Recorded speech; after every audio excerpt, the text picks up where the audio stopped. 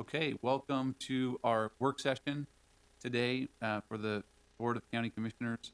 We today have a work session related to the 2021 budget, but also review of the year of 2020 for the Sheriff's Office, which makes up more than a majority of our budget. So really looking forward, and obviously in a critical role in the county. So this will be a thorough and a lengthy meeting, but look forward to hearing. So Sheriff Smith, turn the time over to you. Good morning, Commissioners. Thank you for the time today to talk about our budget.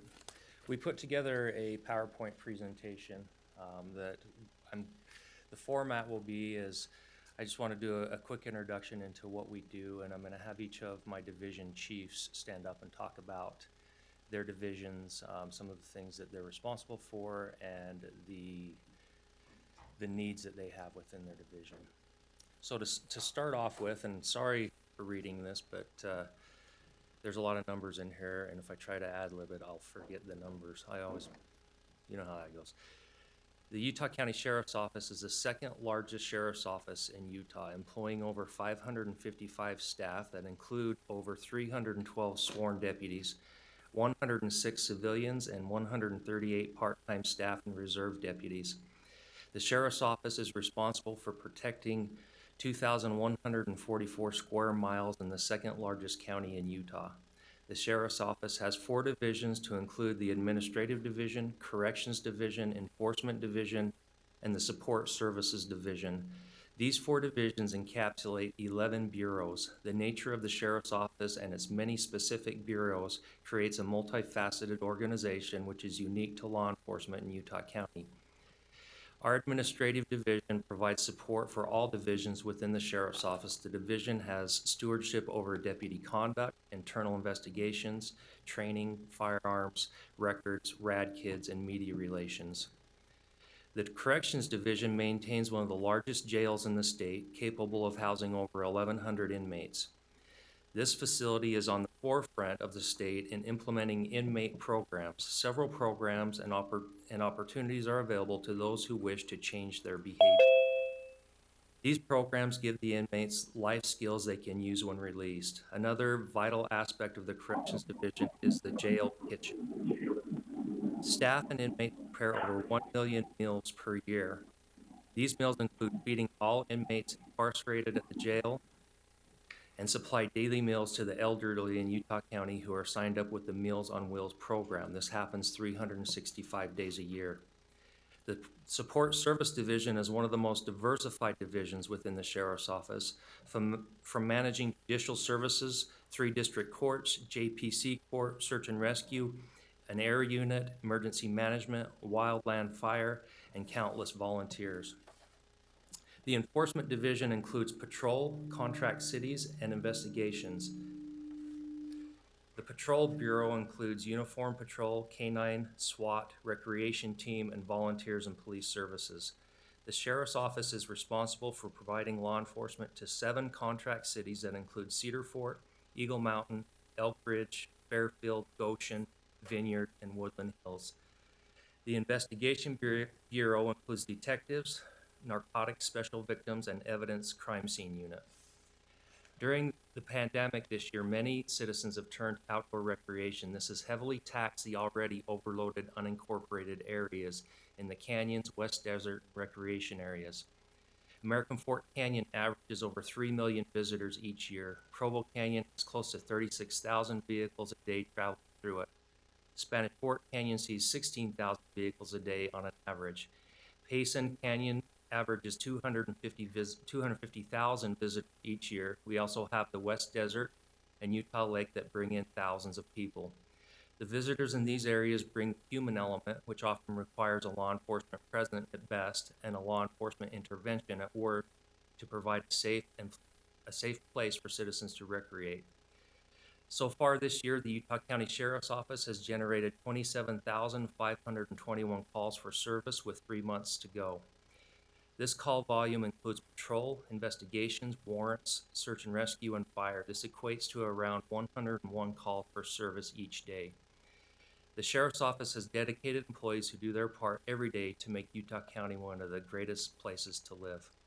One of the things I wanted to hit on real quick, just on the numbers in those canyons, I've heard many times when I've been talking to people in public and even from commission at times, is when we talk about the unincorporated areas of Utah County and how that relates to each city having their own police department, and why does the sheriff's office need these things I just talked about.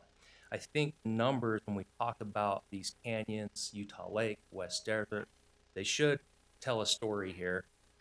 When we go up into these areas, and that's where we're responsible, we're not dealing typically with somebody from an unincorporated area of Utah County. These are people that are coming from the cities within our county and outside of our county and outside of our state to recreate. And the sheriff's office is responsible to provide safety for them while they're doing that, which generates the calls that I've just outlined.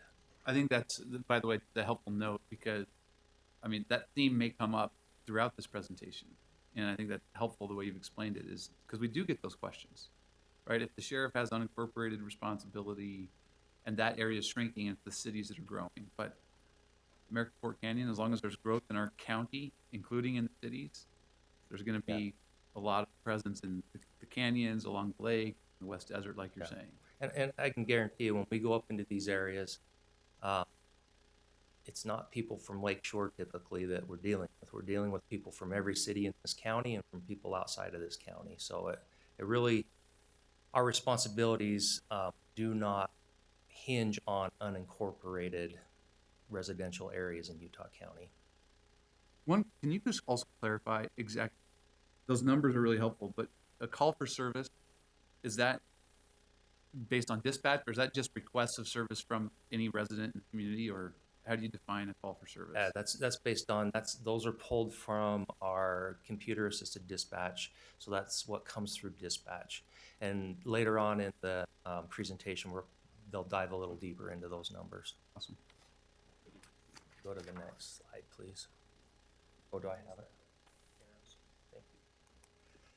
So I'm gonna touch on, I touched on these divisions already. I want to talk a minute about the administrative division.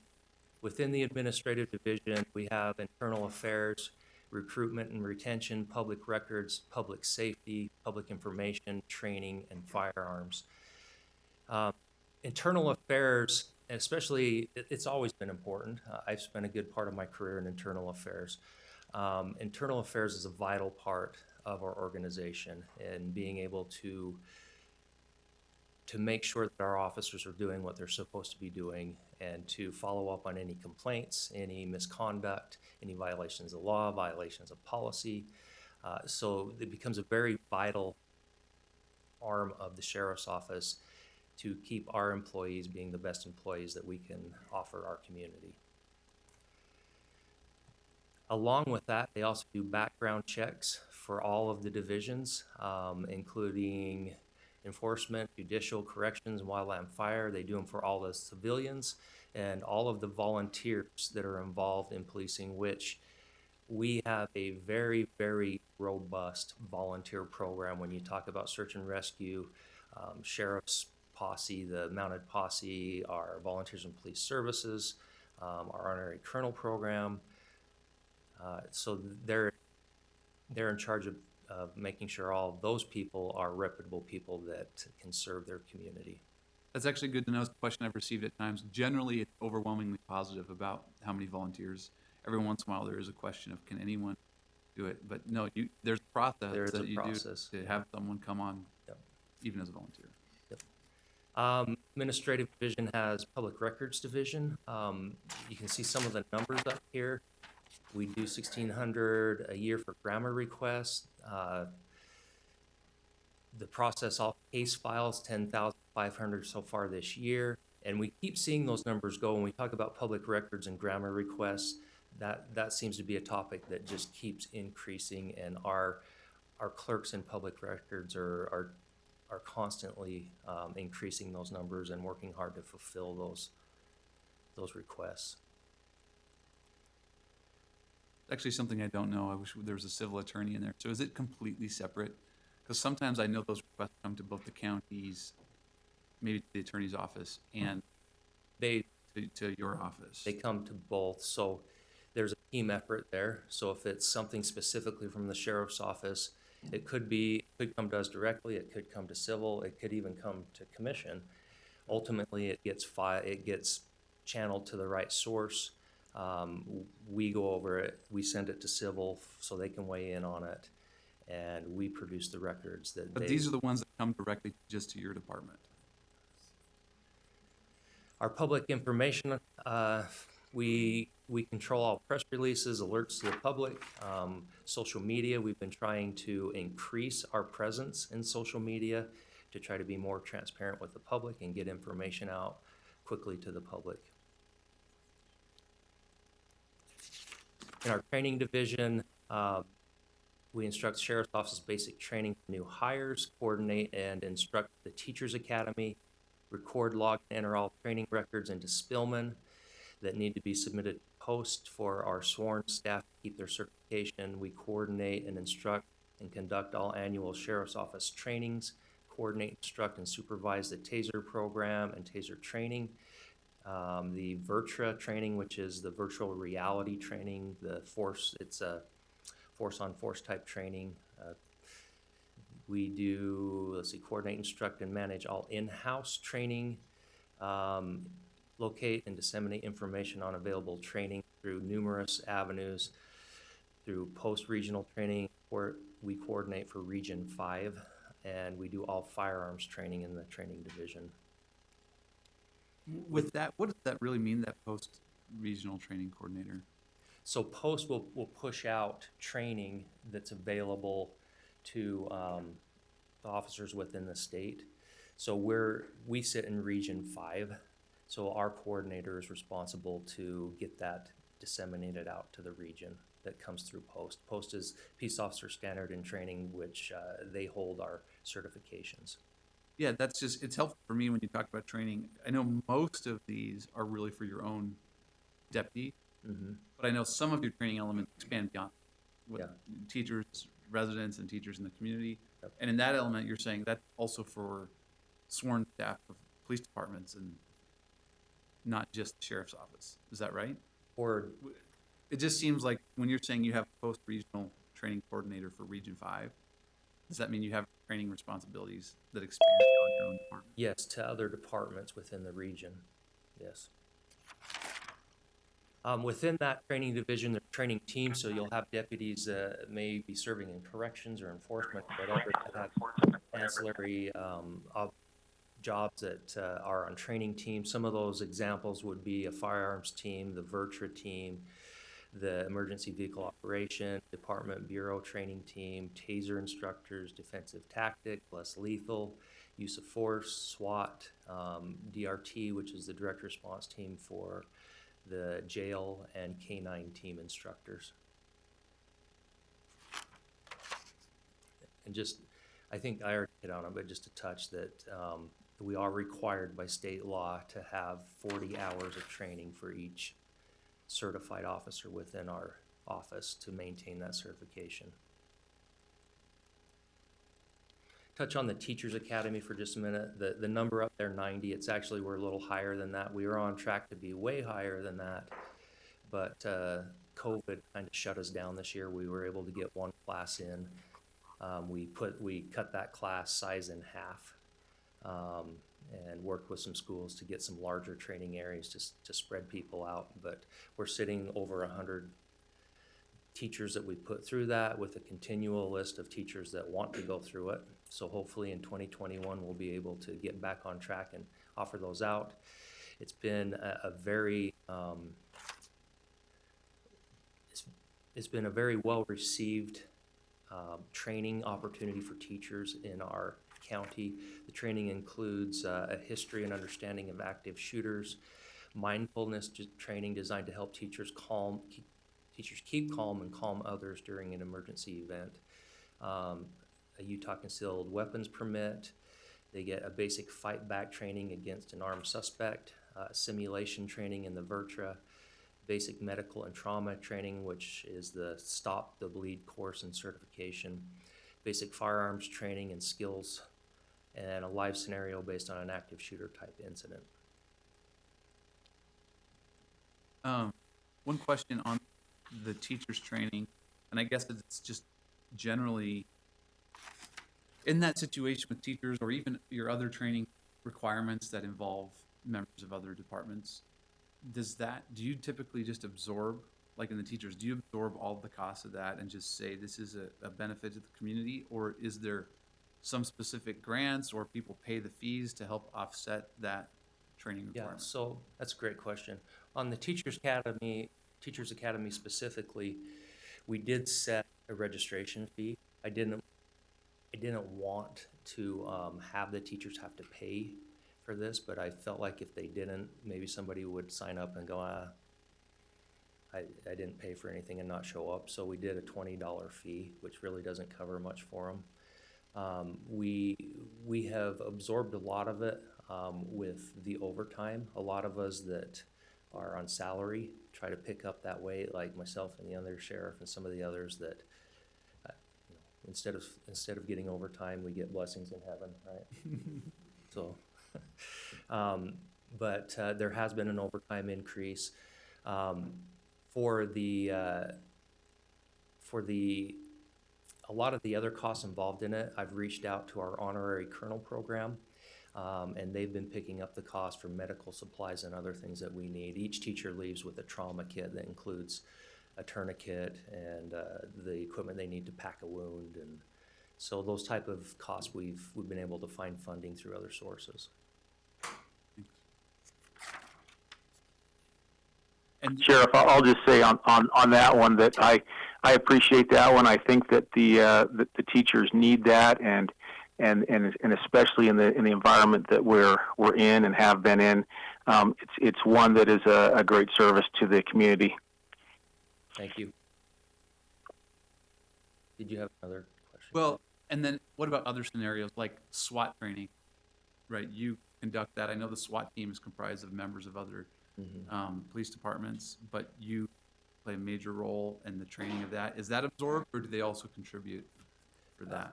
No, the participants or the students of the SWAT Hell Week, and we'll cover that a little bit. I don't know if specifically you have it in yours, do you? So I'll talk about it then. They pay to come to the class. So if a city or we get people, it's been a very well-known school. We've got people from out of the country. There's several states that send their people to us to train, and they pay for that training. Firearms. We conduct firearms training qualifications multiple times a year. The firearms staff is responsible for the research, development, implementation of this training, to research, test, and purchase appropriate firearms, to inspect, maintain, and repair those firearms, to research, test, and purchase ammunition, and acquire and maintain the armor certifications for the multiple weapon platforms that we have in the Sheriff's Office.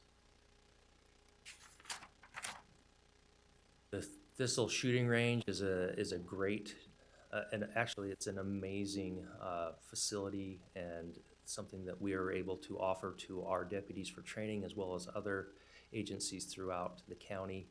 The firearm staff is responsible for the repair, the maintenance on that range, to coordinate with all other entities that want to use that range. They work closely with local range equipment companies to allow testing of equipment, which has in the past resulted in equipment being donated to us. So we're always looking for those opportunities. We allow the public to use the range at certain times. During those times, we do have, and we do require range staff to be up there to maintain the safety of the range. We provide specialty firearms training for other sheriff's office teams, such as the K-9, the SWAT, the DRT team, and others. One question on that range, as you think about the long-term value of that range, because I know there are other kind of shooting areas or facilities that you may have access to. This is a ways out there. Maybe that's a benefit when it comes to training and providing access to others. Maybe it's an inconvenience. How do you feel about the strategic location and the long-term value of this in terms of reinvesting at this particular site? The location itself is prime. It's an optimal location. It's up at, I think most people know where Thistle is. It's enough out of the area that we're not bugging residents with the gunfire that's going on up there. Really, at this point, there's not many ranges in the area that can really touch it as far as what we have up there and what we can offer. The one thing as we look into the future that I would like to see happen up there that I think will provide more opportunities. We've had larger trainings want to come in. The advantage of us hosting a training at that facility is typically if we can get a national level training to come and do something at our range, part of the agreement is we get X amount of spots for our deputies to train for free. So one of the things I think long range that we would like to look at, and maybe even not even long range, but maybe short range, would be a better classroom facility up at the range. Currently, we do not have a classroom facility up there, and that has in the past, we've lost some trainings because of that. Does that answer your question? No, it does. It does. And I mean, I imagine, especially with some of the longer range thing, I mean, the proximity, that is a real challenge, right? If you were right here in the city center or closer to it, Yeah. it would provide major concerns. Yeah. There's smaller ranges in the city, and they have time frames when they can and can't use their ranges because of that. The RAD program, the Rape Regression Defense Program, is something that we take a lot of pride in. We have 24 sworn instructors and 8 volunteers who instruct these classes. To date, over 3,500 participants have been taught, not counting those taught in schools, 379 students in 19 classes this year. And it would have been a lot more had it not been for COVID. Since 2009, the Sheriff's Office Training Bureau has lost 2 positions in the Training Bureau. These deputies assisted with training and records keeping required by post. We are currently staffed with 1 sergeant and 1 deputy, and we are requesting the increase of 1 deputy. And I was just talking with the undersheriff, and I don't think that request actually got onto our request. So if you're going to ask me that question, I think it got looked over. But it is a very much needed request. Equipment needs. This equipment that I'm going to talk about has become something that, I hate to say in a public meeting, but I'll say it. If anybody knows me, they know I say things that but with 2020 and the things that have happened with civil unrest in our nation, this is something honestly that Utah County wasn't quite prepared for. We've scrambled to put together these teams to be able to deal with some of the protesting that we've had, which has occurred in this valley and continues to occur in this valley, to include a resident being shot in one of these protests in this valley. So this equipment that we're asking for is we've worked with all agencies in the valley to have a mutual mobile field force team. And we are in need of equipment to equip 25 of our deputies in the mobile field force equipment. That is $16,250. And then the next one down, the public order equipment, this is a more advanced team. If you've watched coverage on TV of some of these riots, you'll see officers that will have just a light shield and light protection they're just more of a keep the peace type thing. And then when things really get out of hand and you have destruction and theft and other things happening, officers move in that have better equipment, more protection. And this is the public order equipment. It is quite a bit more expensive. You'll see that $33,566 to equip nine deputies and 1 supervisor, so 10 officers. Yeah, sorry, it was backbeating, so I didn't know if... Just a question for this. You said, okay, sometimes there's some controversy with these statements, but, and certainly I think that the image that you've got on this slide here is one of, strong law enforcement ready to act. But in speaking with you, I know that you've balanced all of this. You're also mindful of making sure that your deputies are prepared with the equipment they need to handle this, but also to be responsive and have the equipment that you need and the training that you need to make sure that proper use of force is applied and that de-escalation is on the minds of your staff. So maybe this is an appropriate time, since you talked about this side of it, to talk about some of those issues as well. Yeah, and that's a good point to make. The use of this equipment isn't the training that is included in this, not just equipment. There's training that goes along with this, and the de-escalation is part of that. We, by all means, are here to protect anybody's First Amendment right to peacefully assemble. We will be there all day long and protect those rights. It's when these people who are peacefully assembling take it too far and we start to see crimes committed that we have seen a need for this type of response. So we have used de-escalation efforts. We have used all sorts of different tactics to try to deal with these situations, and for the most part in this valley we've been successful. I'm very appreciative of the response you've had. I know the local police agencies are as well, because there were some situations in Provo, and I know that you drew upon all of the resources of your office to be there, to be ready, and like you said, protected First Amendment rights, but at the same time we're prepared to step in when there were some people who began violating the law.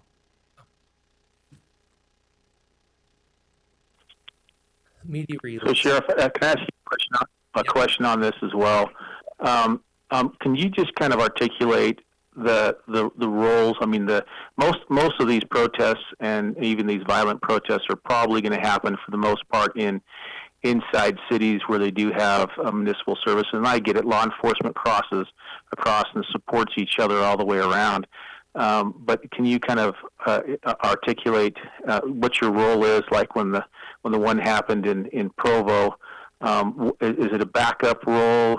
Is it a coordinated role? Just kind of go through that scenario. Yeah, so for all of these, even the one in Provo touches upon Utah County property. I think every time we've had one in Provo, not every time, but the majority have actually ended up on Utah County property at some point. So I think we do have a direct nexus, especially when it's in Provo. But any of these that are occurring within the county, Utah County is very, very fortunate. We have always had a very good working relationship with every police department within the county. So when we take a team approach, we look at if one city's experiencing something, the reality is that others will soon experience it as well. Provo hasn't been the only city that has had these type of protests. They've been in multiple other cities. Provo City just seems to be the one they like the most for whatever reason. Maybe it's because there's more people here to get more attention from. But when these happen through our efforts with all agencies, we do respond and help them out, and they do the same for us in multiple scenarios. So we do have a very good working relationship. I believe that if there's something the sheriff's office can offer to keep any jurisdiction within this county safe and to help their citizens, then it is time and efforts and resources well used to keep all of our citizens of Utah County safe. To follow up on Lee's question there, maybe exactly how does that play out? Is that a request from the city of Provo? Yes. If Provo police noticing, they will reach out and ask for your assistance? Yes. Okay. Yep. So in essence, then they'll reach out and ask, but on a command structure, you're taking a lead from them if it's within their jurisdiction.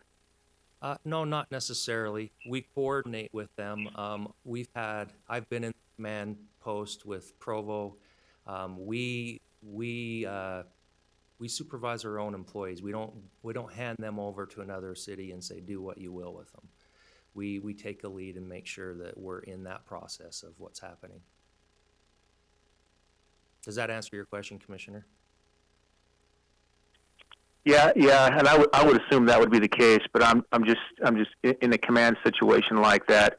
I would assume that Provo or some other city, if it's within their jurisdiction, they'd probably say, we need help out over here. Would you take your group over there and do that? And then is that kind of the structure within? Is that what happens on the ground? I can't imagine the groups just saying, well, we're going to go over here and we're going to be over here. There's got to be some sort of command structure. No, there's absolutely a command structure. That's something that we sit down together and go over where those teams will be deployed. And this team that we're talking about, that we have the equipment needs for, we as a county have a command level officer that will be on this team that will be making those type of decisions anytime this team is deployed. So yeah, you're right, Commissioner. We do sit down, and there is a plan put in place. It's not a free for all of just officers showing up and responding where they want.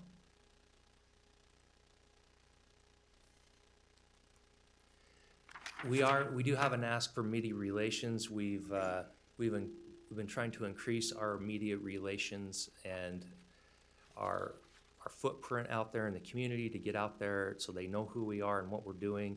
And we've asked for a $12,000 line item to help fund the things that some of the equipment needs, the video, the audio, the things that we need to get that team up to speed and have the equipment they need to get those things done for our media relations.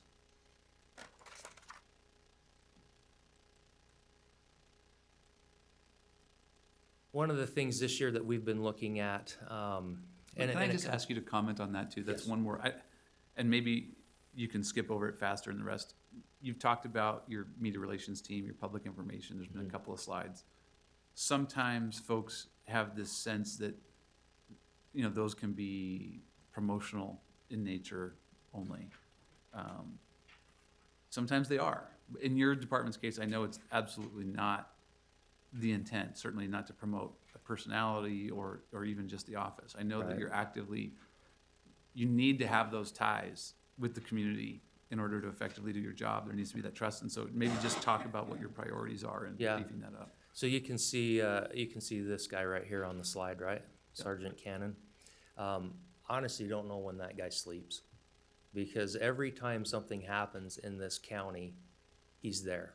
And one of the goals that we've had is we want to get information out to the community. We want it to come from us, and we want the community to know that we're going to be pushing the information out that we can to get directly to them, so that they have a source that they know they're getting firsthand information from.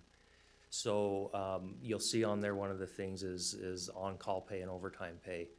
And I say that tongue-in-cheek, but honestly, I don't know if Spencer sleeps very well, because things happen constantly. You'll see when we get to emergency services, the increase we've had in our search and rescue calls this year. Well, Spencer's out. I can't say it's every single one of them, but it's the vast majority of them. He is there, and they're happening at all times of day and all times of night, and he's there to get that information out to the community. So we feel it's important to be that firsthand, to say this is what's happening, and be a credible source for our citizens to know that we're going to push it out to them. Does that touch on? Absolutely. Thank you.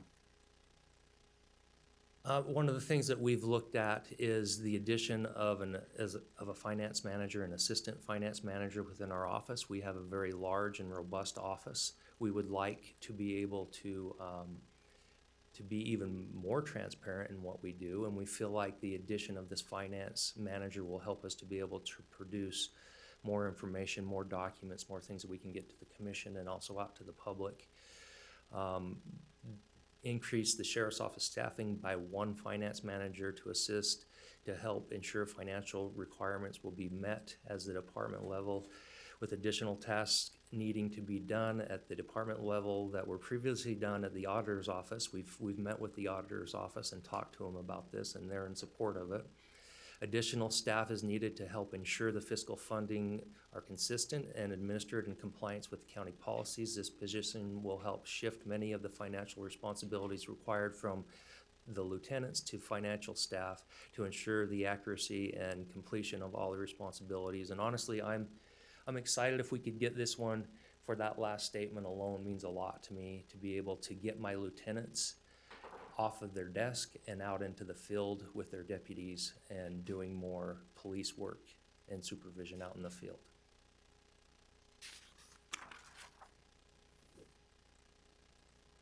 The ID printer, that's something we've asked for a couple years. We're required to have a certain level of safety within our IDs. Every employee has these, all of our sworn staff, all of our civilian staff, and our machine has just had it. It's limping along, and we need to replace that machine.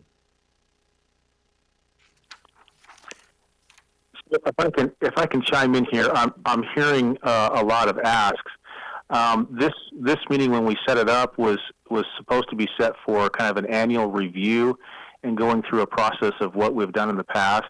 And so I'm not sure why we're bringing up all the requests at this time.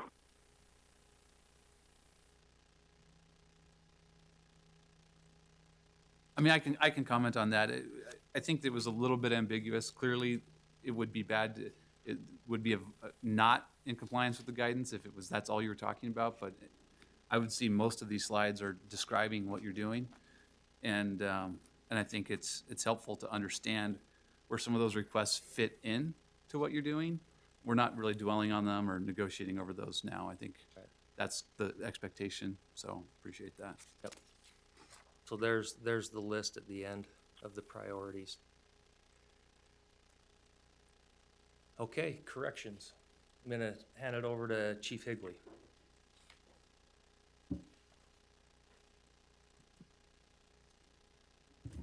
You know, I think the best, excuse me, the best part about standing up here is the opportunity to take that mask off. Holy moly. So I've got just a very brief presentation today. I just want to kind of go over some numbers, some things that we have done inside the jail, and then want to talk about some of the safety precautions and things that we've had to put in place based on this awesome virus that's been going around. And then I do have a couple of asks in there that I'm going to briefly touch on as well. So, just like everybody else, we got slammed pretty good with this virus. And the numbers I'll get into will show this pretty well.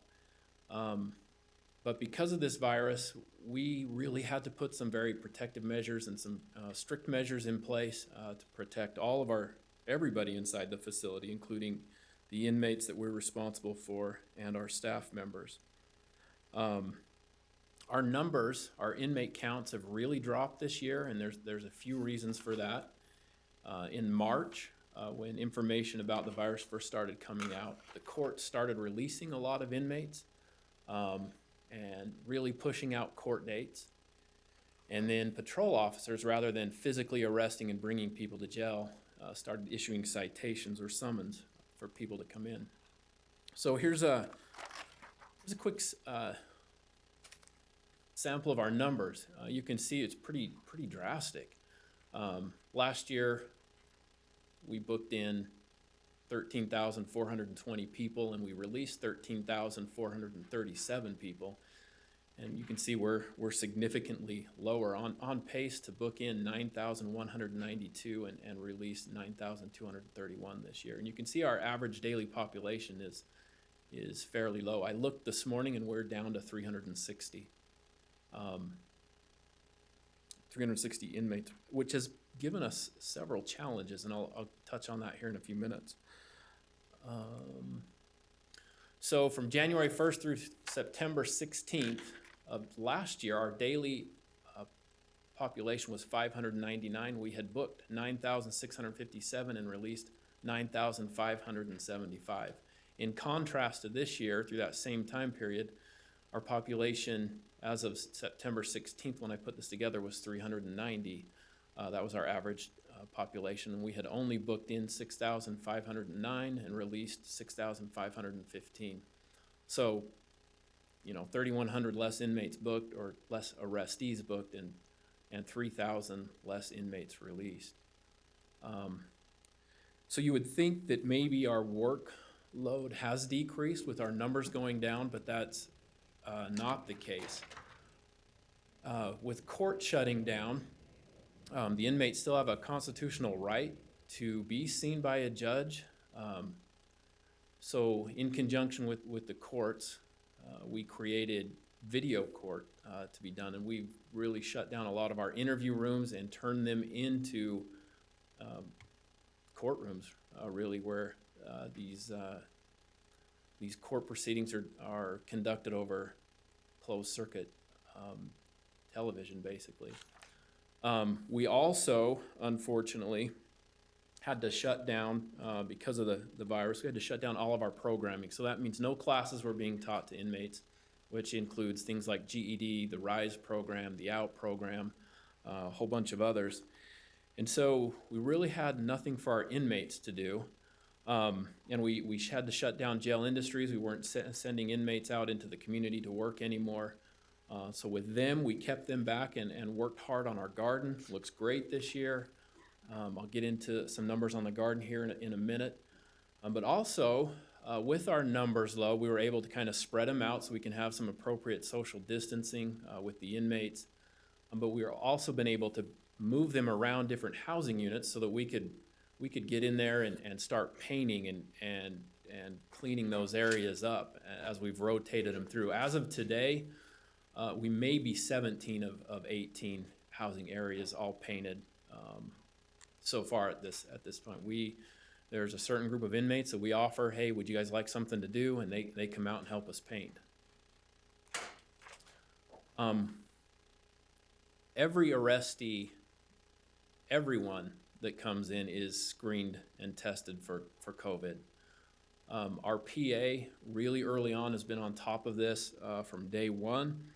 When he first said that we need to test everybody regardless of the symptoms, I thought that's kind of not what I'm envisioning.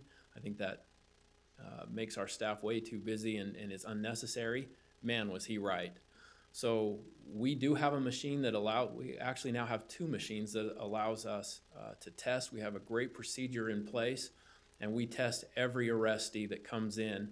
They sit in the sally port before they even come into the jail. We test them. The test takes about 20 minutes or so to be conducted, and then we know if they're allowed to come in or where we put them when they come in. So we have a system in place that helps keep our inmates and staff as safe as possible. That slide, that 3,000 COVID test is old. We have now conducted 3,147 as of yesterday.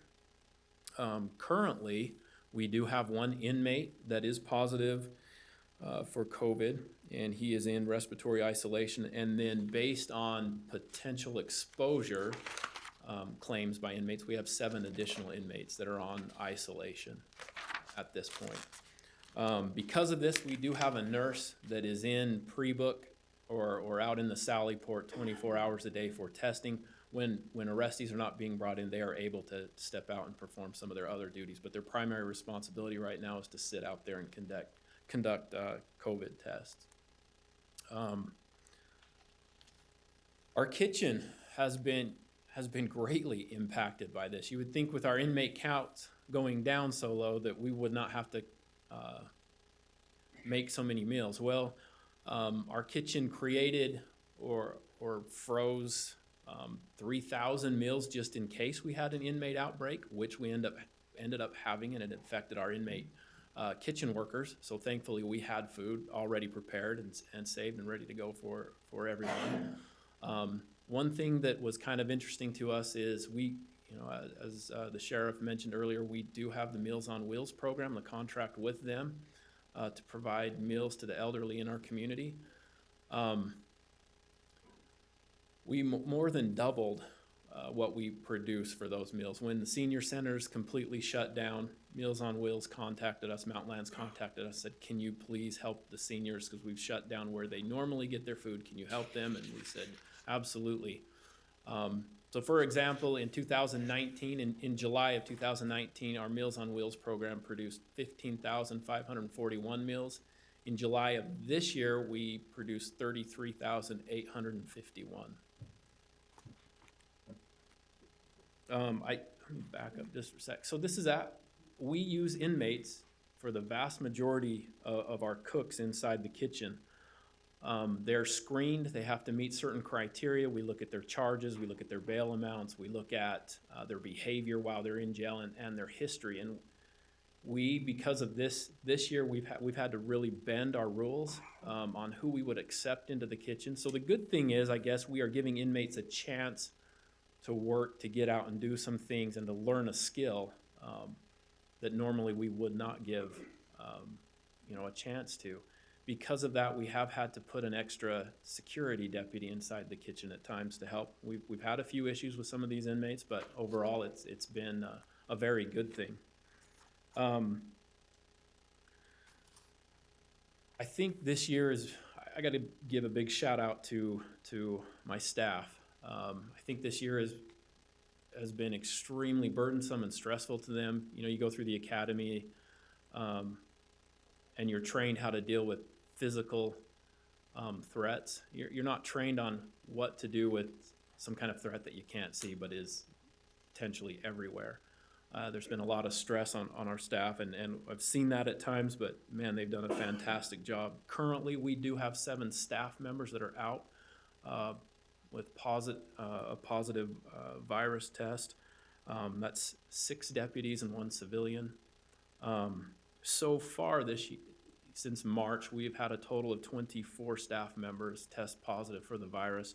And then we've also had an additional 31 staff that we've kept home because of potential exposure for a certain amount of times. And even with all this, compared to last year, we have saved $530,000 in overtime as compared to last year. We do have a couple of things that we are hoping to do this year. We only have a couple of asks. I think you guys have seen that. It's significantly, we have significantly less asks than we have in past years. A lot of the goals that we have for this upcoming year are not requiring additional money.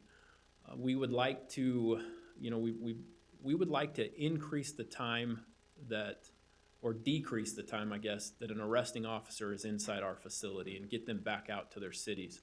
We are looking at a program that they can start entering inmate information that will log into our jail management system prior to them getting to the jail. We think that will speed up the processing time and get officers back out to their cities, and it actually helps increases our booking staff ability to get people through quicker as well. Trying to pull data on this, excuse me, it's a little difficult, especially with this year. What we really need to accomplish this is another Jesse. We have a couple of IT guys. We have Steve, Jesse, and Mike down at the sheriff's office to help us with all our IT. Jesse does the vast majority of this type of stuff. We really need another Jesse. If you guys could produce one of those for us, it'd be very great. As far as Jail Industries, so this is a ask. We would like to get a plastic mulch layer. Basically, that's a machine, or it's an attachment that would sit behind the tractor that they lay down plastic and drip line to help water our garden. We're looking at expanding that garden. Every year we pay a local farmer $2,000 to come and lay that drip line and plastic for us. If we had that machine, we could do that ourselves. And we have to wait for the farmer to get their fields done first. So we lose about a month or so of growing season. If we're able to expand that, we believe we could, we're anticipating our total growth and donations, because we donate food from the garden into the kitchen to help supplement costs or decrease kitchen costs. And then we also donate the various food banks and the Food and Care Coalition. We believe we can easily add another 30,000 pounds of food and produce if we were able to get this piece of equipment. Our medical bureau, we're looking at a couple of things that we'd like to put into place next year. We're not asking for anything additional here, but just kind of a gee whiz for you. We have fantastic nurses, great medical staff. One thing that they are not is ACLS certified, and that's Advanced Critical Life Support. So that's an additional training that nurses, like your ER nurses or your critical care nurses would get. We want to get all of our nurses up to speed on those things, bring a trainer in and get all of our nurses ACLS certified. That just broadens their view when they're dealing with the patient when we have an emergent situation, just gives them a few more skills that would help them and us. The other thing that we are going to put in place is we have never offered the flu vaccine to inmates. And we're going to start doing that. We've learned a lot through this virus, and we know that the flu vaccine is even more critical this year because of the COVID virus. We want to start protecting our inmates that way. We are putting a procedure in place when they're here for a certain amount of time as determined by our PA, then we will offer that to inmates. Our GPS program, we have a good GPS program.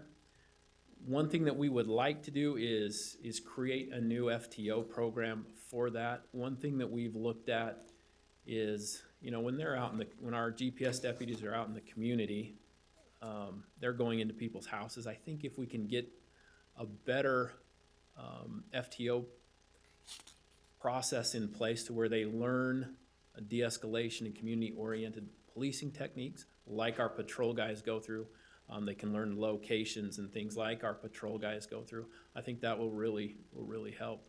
GPS is a great program. I think it will grow. I think that's kind of the future. It saves the taxpayers money and keeps people outside of a jail, but also with some type of control when they have that monitor attached to their ankle.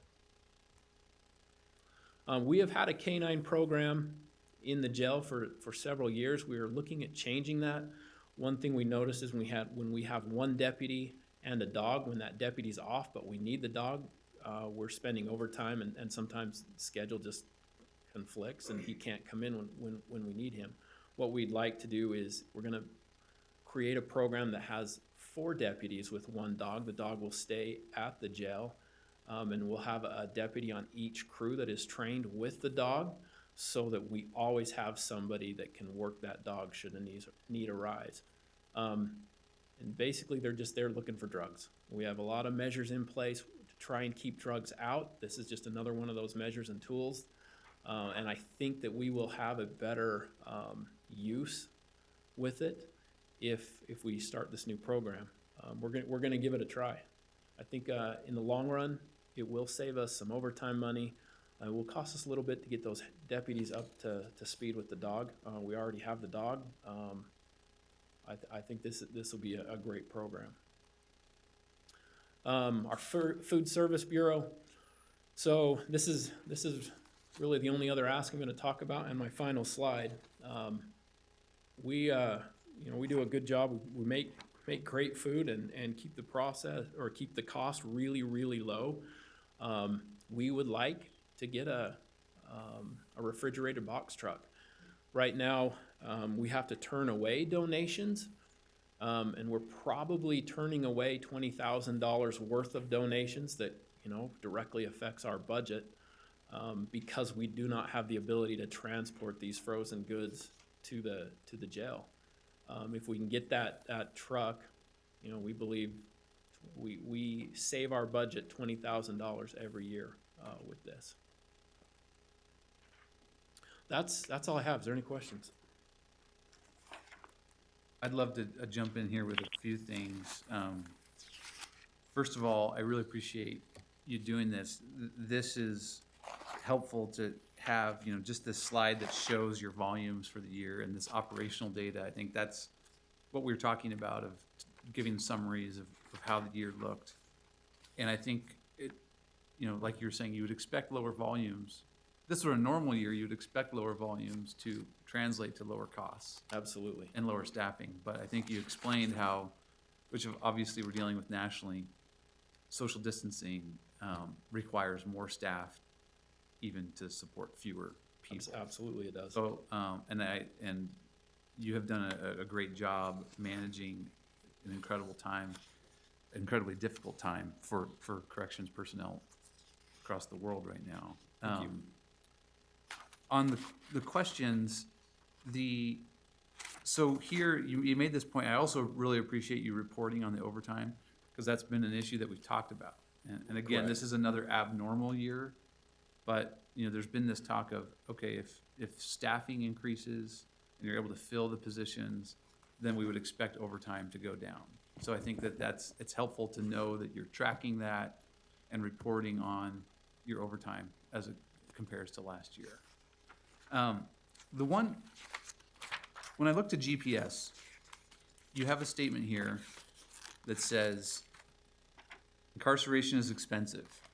GPS saves the taxpayers and Utah County money. Oops, right there. And I know that you and Sheriff Smith don't view your role as simply to save taxpayer dollars. It's also to keep our community safe, right? And to have the best criminal justice outcomes that we really can. Absolutely. But that's a helpful data point, right? And if I could offer any suggestion, it would be, I really appreciate you having the outcomes on the jail industries and the medical bureaus, but some of the jail industries, and even the booking bureau, it shows, okay, you're trying to show that you're gonna be more efficient, and that's why you need these asks, and I certainly get that from a processing standpoint. But jail industries, it's more of, how can we produce more? It's almost like, a produce factory. I think as opposed to, like what you did here on the GPS of, how does that help the criminal justice outcome, right? Because your job is not necessarily to grow produce, right? Right. It's to deal with inmates and to promote safety and the outcomes that we want in our community, right? I think all of us would agree. And so maybe being able to dial that outcome one level back to say, how is jail industries helping achieve those outcomes? And let's track that, right? And that's why you need some of these things, because people who are going through this program are achieving a better success rate, are less likely to come back into the jail system, right? And I know you know that, but because this is a public-facing thing, I wanted to make sure we're including that One in thing these conversations. I can say about that, and I don't have the exact numbers with me, but a lot of our inmates that go through our jail industries program, and for people that don't understand what that is, we have a very unique program compared to any other jail industries in the country. But we contract with various companies throughout our community, and we send inmate workers there. We take them there in the morning or in the afternoon or at night, whenever their shift is, and we send them with the food that they need. They wear their own clothes. And then we go pick them up at the end of the shift and bring them back, and they spend the night in our jail annex.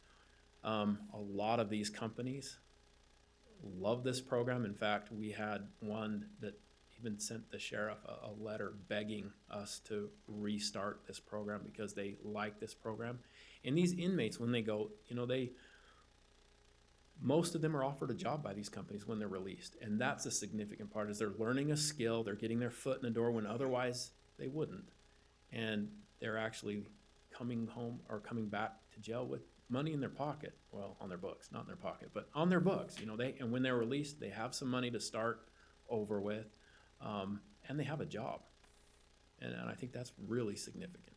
And I know from speaking to you how passionate you are about that and how great it is. So I think that's where, if we can connect, and it makes me just ask a question more generally, because I would love to see the policy views a little bit in here as well. Not necessarily for this, I think this is incredible, but going forward, it is helpful for us to understand, I think, because things that are working, then it makes sense to maybe expand and give more funding. Sure. Right? And so it's helpful to know how these programs are working. And even GPS, here's a question I don't know. With this decreased volume and the court sending not sending people into the jail?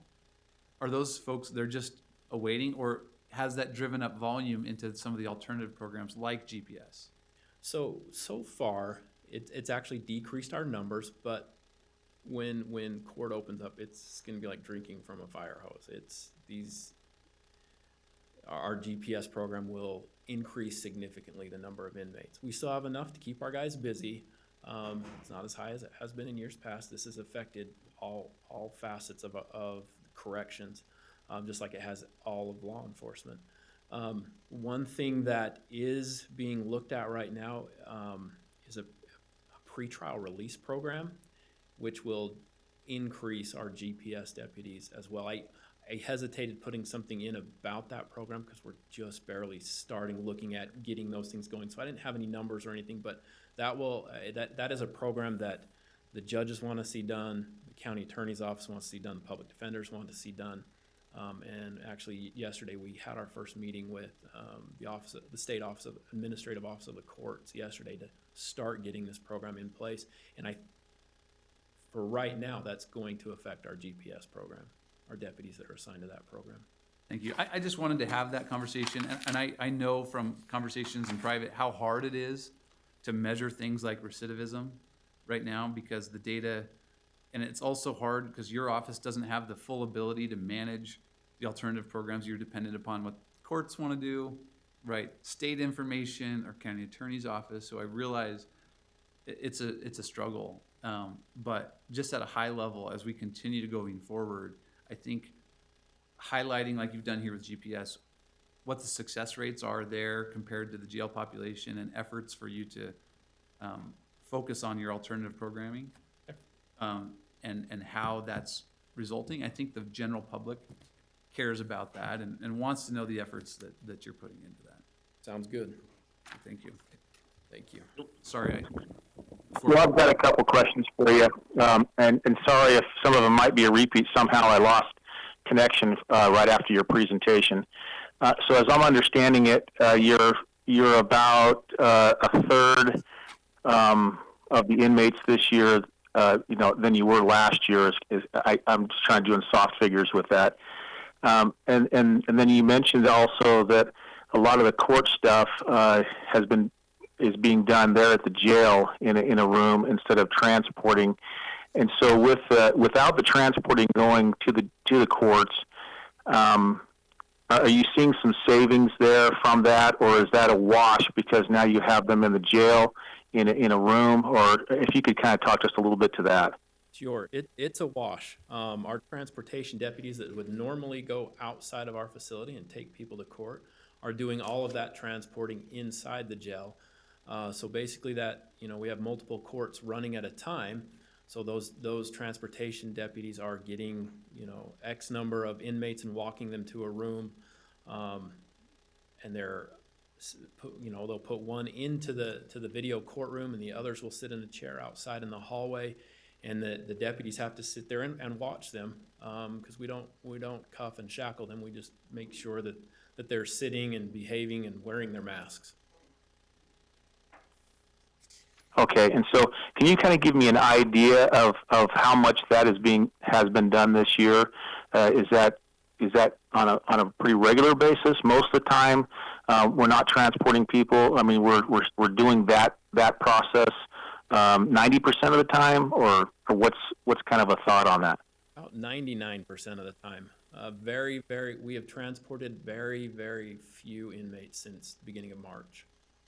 So every day of the week we are running video courts, and we have set those up with not only district court, but all the justice courts, including Utah County's justice court and the other city courts as well. So going forward, I'm just kind of wondering on that is if that seems to be working. Now the courts, are not as open, or not. Obviously, there are some that are going on because you're having that kind of dialogue that's happening. But do you see that as being kind of the wave of the future to do something like that, or do you still see as soon as this pandemic's over with that everyone goes rushing back in person? I think there's going to want to be a push from the courts to do kind of a hybrid. There are certain court hearings that have to be conducted in person by statute. those will not be done over closed circuit. They will have to be done in person. That's going to be one of our struggles, is trying to have the manpower to accommodate both transporting inmates and also outside the jail and inside the jail. I really don't want to talk about that one right now. That one kind of scares me, Commissioner. Okay. All right. Fair enough. Thank you. And also on the jail industry stuff, I think that's, a fantastic program. I've had the chance to be down there inside that facility and actually talk with an inmate there that was excited to be released and have a job available, and he felt like he was going to get hired. He almost felt like he was assured that was going to happen from the company, and I think that's one of the great steps of helping people get back into society and being productive members. So I think it's a fantastic. And in some cases, I don't know what kind of clamor you have for people who want to be over there. I know it's kind of a privileged spot to be, but it seems to be one that is working. Yes, it's a fantastic program. Just as he just said that, that's just because I know we've had an ongoing dialogue, and budget outcomes is a new thing that we've been introducing over the last couple of years. There's just an idea of percentage of the jail population that's in jail industries, for example, and then percentage of those who are in jail industries that had a job to go into Right. And immediately after, and because that's those stuff that actually I can get really easily. Right. We do track those. And I just think that that's going to show the power of that program and how important it is. So thanks. And probably also the recidivism rate of those that have been through that program. I think that's the whole ultimate goal in the end, is that we get there and we can see those numbers too. Okay. Thank you.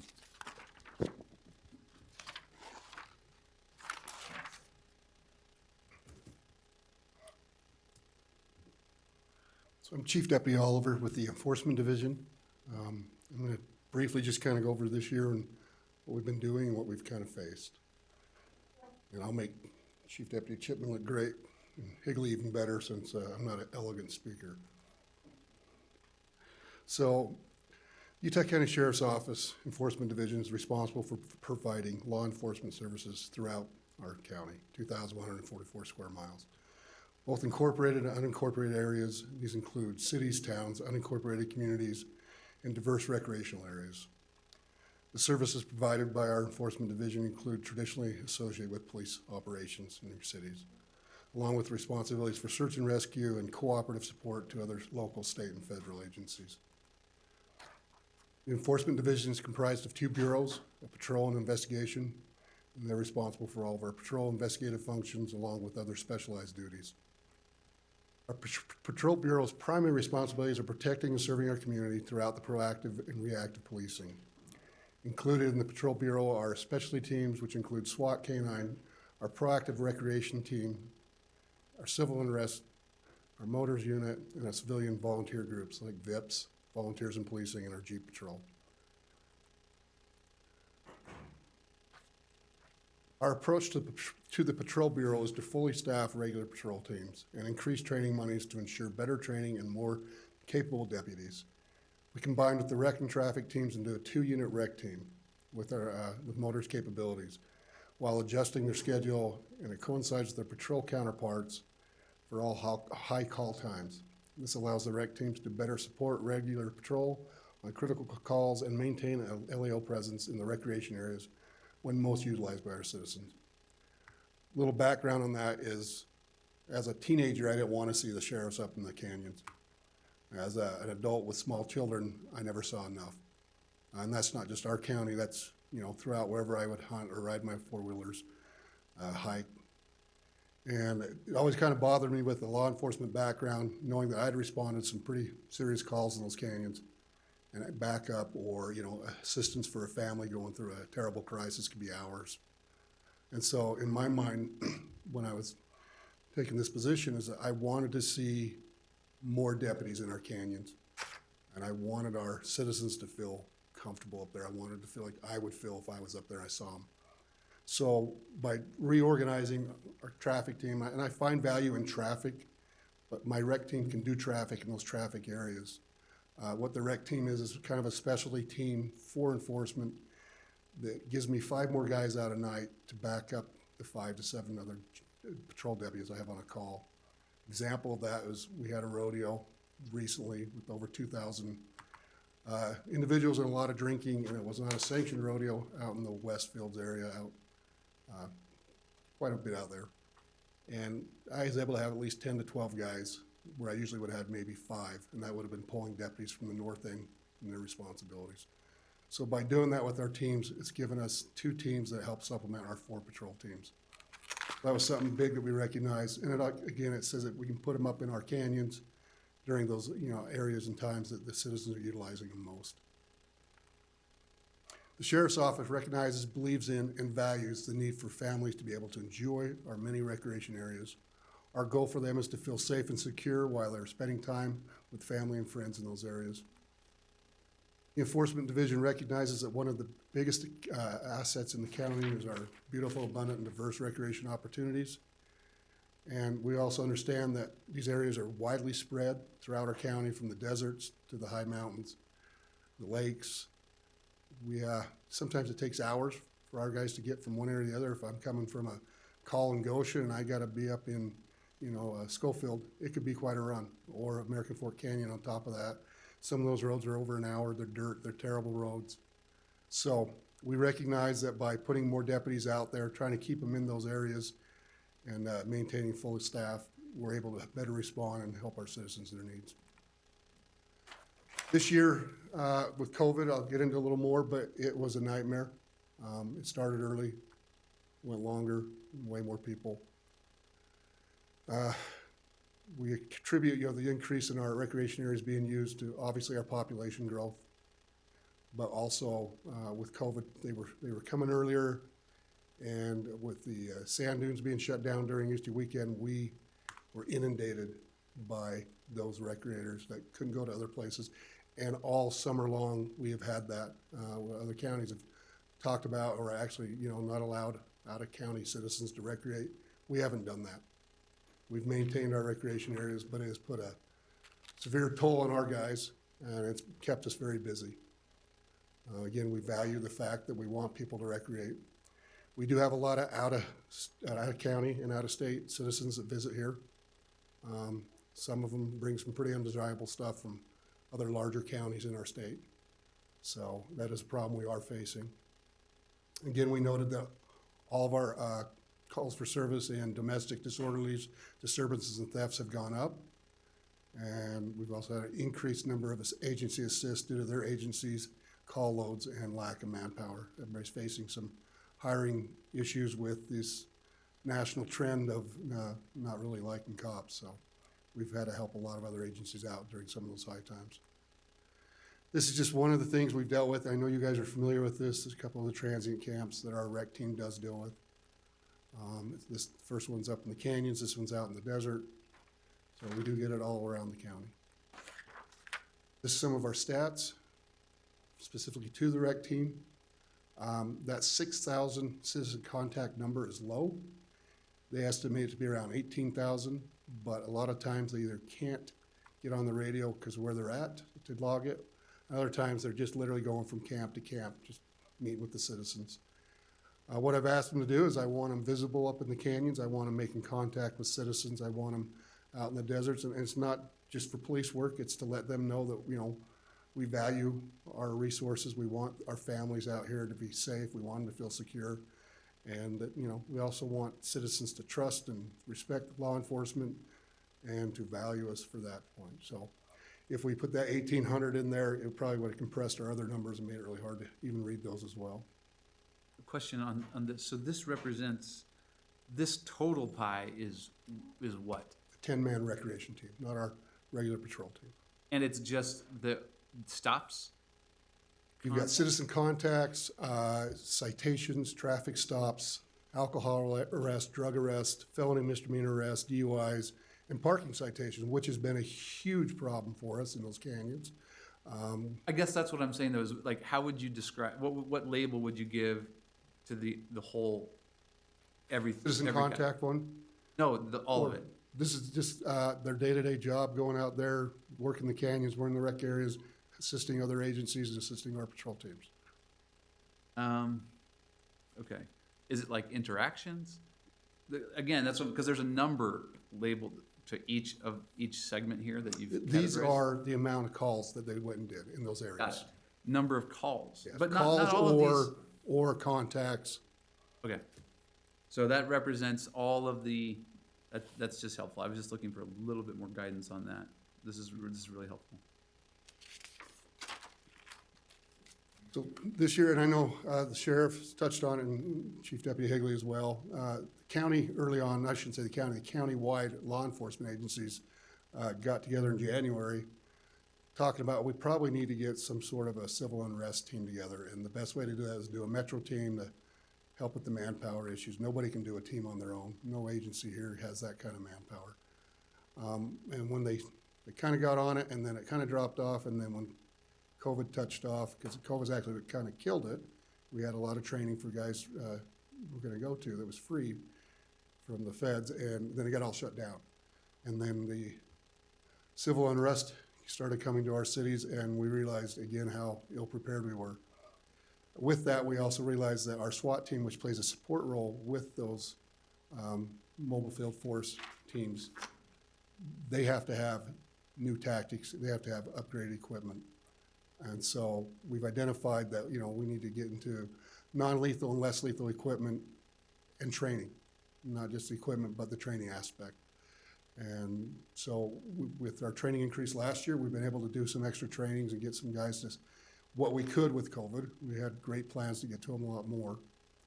But again, those were identified as needs that we were weak and needed to bulk up on to make us better. One question on that. So when it comes to the SWAT and the CURT kind of equipment and training, that is bringing in others from other police departments, right? And so when you think about the new equipment or the new training requirements or the less than lethal, is that just the county participants' costs, or is this the cost to arm the other members from other police departments with this? How do you kind of think about So that? that is just for us to purchase, but on this next slide, what I talk about is how this equipment, this less lethal equipment, it's not just a SWAT role or a civil unrest role.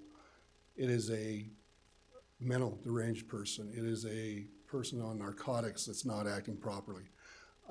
It's giving us distance to be able to do it. It's giving us some sort of compliance that we can get from 21 feet or more. It's keeping our officer safety.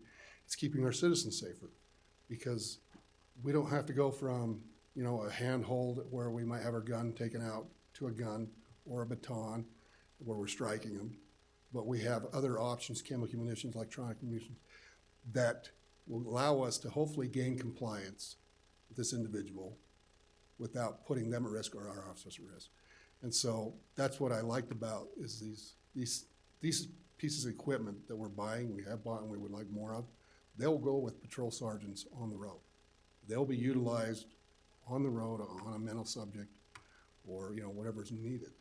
So it gives our guys a lot more options. But and that's really helpful background. But just to clarify, so when you're thinking about all of these priorities for your team, you're only thinking about enough to supply your guys, your team. I'm thinking I've put on my teams, my patrol teams and my SWAT team that we'll utilize for all the other agencies. Other agencies have come with some of their munitions, JPX pepper guns early on. Some of the other agencies had those way before we did. And so those guys bring that equipment with them on their SWAT vest. Now, whether they buy, you know, some of our less lethal pepper launchers and stuff like that, we would love to see that. But it doesn't stop me from wanting to acquire it because I'm going to utilize it on my patrols. And so it's going to benefit my citizens in the county, countywide, whether it's in the city or wherever else. If I could add on to that. Yeah. I think you're asking on both the SWAT and the CURT, yeah. CURT team. So to separate those, and I've met with the chiefs on that. On the CURT team specifically, each agency is going to be responsible for their own equipment. So the equipment that Chief Oliver is asking for or speaking about is equipment that would go to our deputies.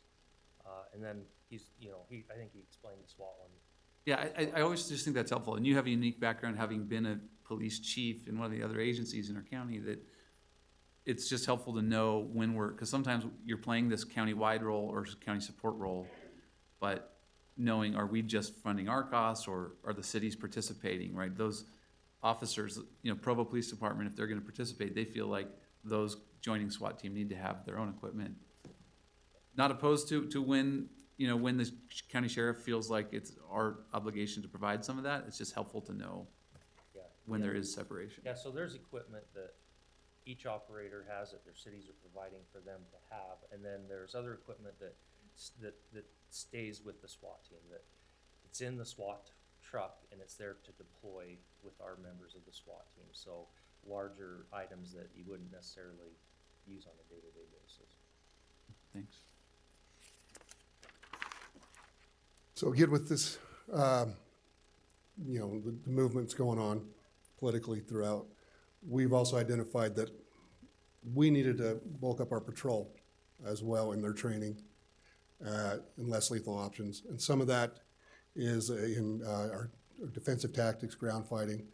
One thing that we did is we mandated that all of our patrol attend a 4 to 6 hour defensive tactic class. We had the high school in Spanish Fort. They were kind enough to give us their wrestling room. And it was quite an ordeal, and we had the instructors come down for free. It was a connection we had throughout the sheriff's office from another agency. And they taught specifically a 2-man takedown, which they felt could have actually prevented some of these shootings earlier in this year on some of these major riot cases. Had the officers maybe had this training. And again, nothing ever works completely as planned, but giving these guys another option to deal with people instead of having to go to an impact weapon, but going hands-on and be able to assist somebody down the ground and control their movement, be able to put them in handcuffs, not having them run off or reaching for weapons. We felt that was really important. And not only that, but we felt that we wanted to continue with that. And so we've gone ahead and really beefed up our defensive tactics team, and we've gone to push that forward even more. With COVID again, we weren't able to get a lot of our training out, but we are actually getting someone in, especially from Las Vegas. So again, that's just more what we're doing with the money we were given last year at that training that we requested. We also make sure that we're sending people to the CIT class. Something that we've been doing every time there's a class, we send at least 4. That's been our goal with the sheriff and with me, is that we get all of our patrol through CIT. And so every time there is a class, we do have one of our lieutenants that teaches at it. So we have an in to make sure we get at least 4 guys in there. Sometimes we're getting 6 to 8. But that is still a goal we're continuing with. And that's a minimal cost for our deputies to attend. So those are our patrol stats from January to August, our general patrol officers.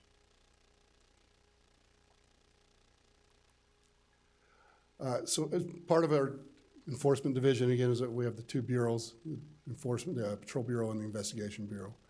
And the Investigation Bureau is comprised of people, property crimes detectives, Special Victims Unit detectives, Special Enforcement Team, which is a set team, and we also have our county evidence team with that.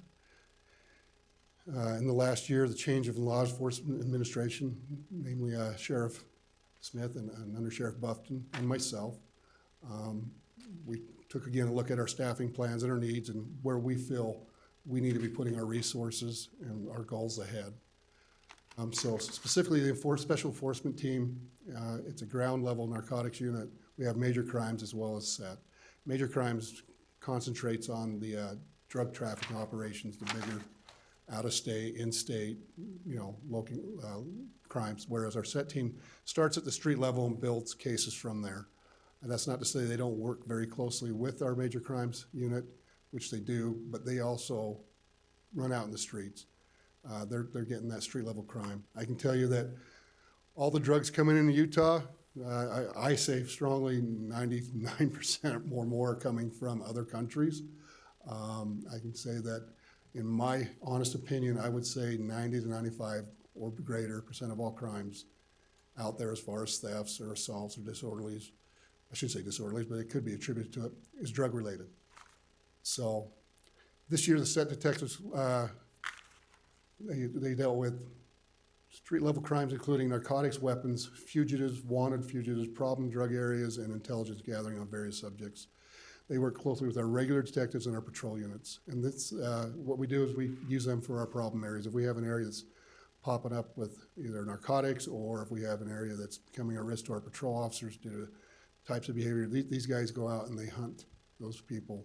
If we have fugitives come in, they've had several, I think 4 homicide suspects this year that they have directly been related in capturing from either out of state or other agencies within our county. And these guys have done that. This year, the SET team created a drug and human trafficking interdiction training. They've done that in conjunction with the Highway Patrol, and we've had a lot of officers going through that. It's been really popular. It's been really good with the Highway Patrol to come and work with us. It's pulled a lot of stats, and it's got a lot of training for our new guys out there to be able to look at a new way to do their law enforcement and policing. Since the inception of SET team in 2013, they've been very successful year after year, seizing large quantities of drugs and apprehending hundreds of dangerous criminals, including several homicide suspects this year alone. So narcotics detectives working with local, state, and federal agencies are tasked primarily in locating, dismantling, and arrest of drug trafficking organizations. Most of these involve cartels from foreign countries, which supply the vast majority of our narcotics in the state and subsequently in Utah County. So the one on the right is a $1 million plus bust that the SET team was specifically involved in. That was their case. The one on the left is another one. It's not quite $1 million there, but these are some of their cases. These are some of their numbers for arrest, meth charges, heroin charges. It's another big marijuana case just out of Spanish Fort Canyon that SET team took down. And some more of their numbers, search warrants, warrants cleared, and then DUI drugs. Is this, on the DUI drugs, and I noticed that on a couple of the other slides, do you know when in the year? It's down significantly in 2020. Is that the real trend, or is that just because it's partial year, or what's your sense there? It's gonna be COVID. It's gonna be, also, we've tasked them with a couple of specialty cases this year. They spent 2.5 weeks sitting on a residence, gathering intelligence so we could have with the SWAT team. They spent several 3 to 4 day periods on these interdiction trainings and human trafficking trainings, assisting with that instruction on that. Anytime we have a specialty need, these guys or my rec team, these guys specifically for undercover, rec team for proactive enforcement, we put those units in those areas to make a difference. These guys are stopping crime before it's there. If they stop somebody for, meth down in Payson, more than likely they were up in Lehigh stealing something, doing a fraud in Orem. And I know that because I've worked in cities before coming to county. The crime's all interrelated. And so the more proactive these guys are getting those arrests, the less crime. And I can't put it on stats, just like I can't show you a stat where if I send a deputy up the canyon, I'm gonna stop 2 homicides, a murder, 4 thefts and whatever else. But we all know human behavior. If they see a sheriff deputy, they're gonna think twice before they do something stupid, hopefully. If the guys are out there getting popped by them, these SET team guys, it's stopping crime before it's ever there, but I can't quantify that. But I know it's true. But these guys are stopping it before other crimes are happening. So that's why we find it so important to have these proactive teams out there, and that's why we're trying to increase them. And that's why we've changed our staffing around. These are some more of their seizures. Another big thing we wanted to touch on with this is these guys, when they go into these homes, Sheriff and I have been on SWAT for a long time together with these guys, and they're not the best environments for children.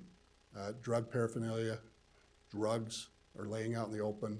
The houses are not the cleanest environment, and there's not the most friendly and healthy people there. A lot of them are some really bad people. These cases here with child endangerment, those are children that were taken out of dangerous homes, dangerous environments, and put with DCFS where they could then be taken and put with family members or somebody else that would give them a better opportunity. And until, obviously the parents straightened up, cleaned up, and went through Higley's programs and came back. These narcotics detectives identified disturbing trends in the drug trafficking world, including an uptick this year in suicide and drug overdoses. The heroin overdoses really went up with COVID. Suicides really went through the roof. There are multiple drug cartel families living in our county. They store large quantities of narcotics within our county. Some of these are being shipped to other smaller counties or other states. Historically, this has never happened in Utah County. It was always known as the Black Abyss.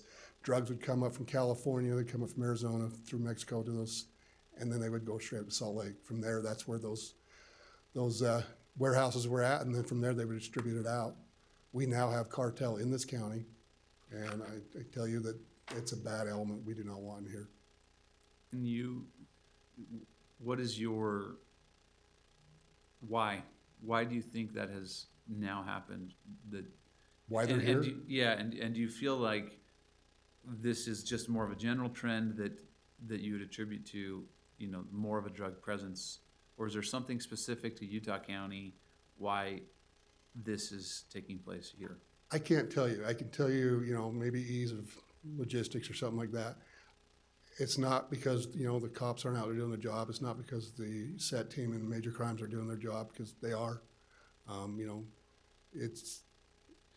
I couldn't tell you. I have not worked the narcotics or out on the street even for 7-8 years or longer. But if I had one of my drug guys there, they might be able to give you something. But in discussing this, we don't really feel that's not a lack of law enforcement. There's obviously a greater need. The quantities are greater coming through. These guys are getting creative. They were selling heroin, and if you bought a certain amount of heroin, they gave you a free little bit of cocaine. There's a 2-for-1 coupon, I guess, type thing. I don't know why. I just know it scares me. They are. I know that I've heard about the cases where they've done the wires, where they've listened to the phone calls. I know that these cartels are smart. They're not keeping the money in the house like they used to. They're doing electronic transactions.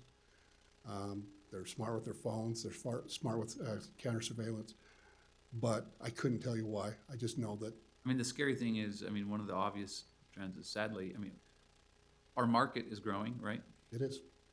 And so both in population, but as long as use is still in demand, here as we've grown from 200,000 to 650,000 on our way to 1 million, this is a market that obviously this industry is going to serve. And that's why I say that logistically, maybe it makes a little more sense for them. But yeah, I tell you, it's not law enforcement. Everybody's still out there doing their best they can, and they're street cops all the way up to the SET and MC guys everywhere in the county are doing their best. But it's just a trend. I think, Commissioner, you hit it right on the head. As I look at it, it's the market. The market's here. It's like any business. And as Utah County continues to grow, unfortunately, the market's continuing to increase. And so you come where the business is. And it is a threat to our community that needs to be addressed aggressively, and it's something we're trying. So, Chief Deputy Oliver, I wonder, when we talked last time, you talked a little bit about what happened in Cedar Hills, and I thought that's kind of a good. If you'd like to, I don't know if you wouldn't, or if you think maybe that's not a good thing to talk about. But it was for me, it was eye-opening on just the amount of level of involvement that goes into an issue like that, where when you read it in the paper, it kind of looks like just a simple eviction. I don't know if you'd want to talk a little bit about that or not, but for that conversation we had was very interesting to me. I would be willing to discuss it. Definitely, in a closed environment. We do still have future litigation with that. So one-on-one or, with the Okay. commissioners. I apologize for that. Yeah. No, fair enough. And I was kind of wondering about that, but I just wanted to, bring that up. If I can ask a couple other questions, I hear, we're the second largest county, and I attribute that mainly, and I'm assuming, and so please correct me if I'm wrong in my assumptions on this, but that's probably on a population basis, not on a square miles basis, because we also talk about so many square miles that the sheriff's department does patrol, and on that basis, there's some counties that are really super large. But I guess, talking about going up the canyons, I live pretty close to a canyon, American Fork Canyon. We spend a lot of time up there. and this year was unbelievable in the amount of people that were up that canyon. And I get it; it's COVID. People aren't traveling long distances. Some of the other counties kind of shut things down, which pushed people to a different location, which meant us. And so we had a lot of traffic and a lot going on up there in that area, almost to the point to where it's extremely dangerous, even just to travel or drive back and forth. But my question comes in when we're talking about numbers of individuals that are up the canyons in that area. How do we compare with some of the law enforcement in these other counties of the Big Five parks, where they have millions and millions of people who come from all over the world, to be up their canyons and be in their recreational areas?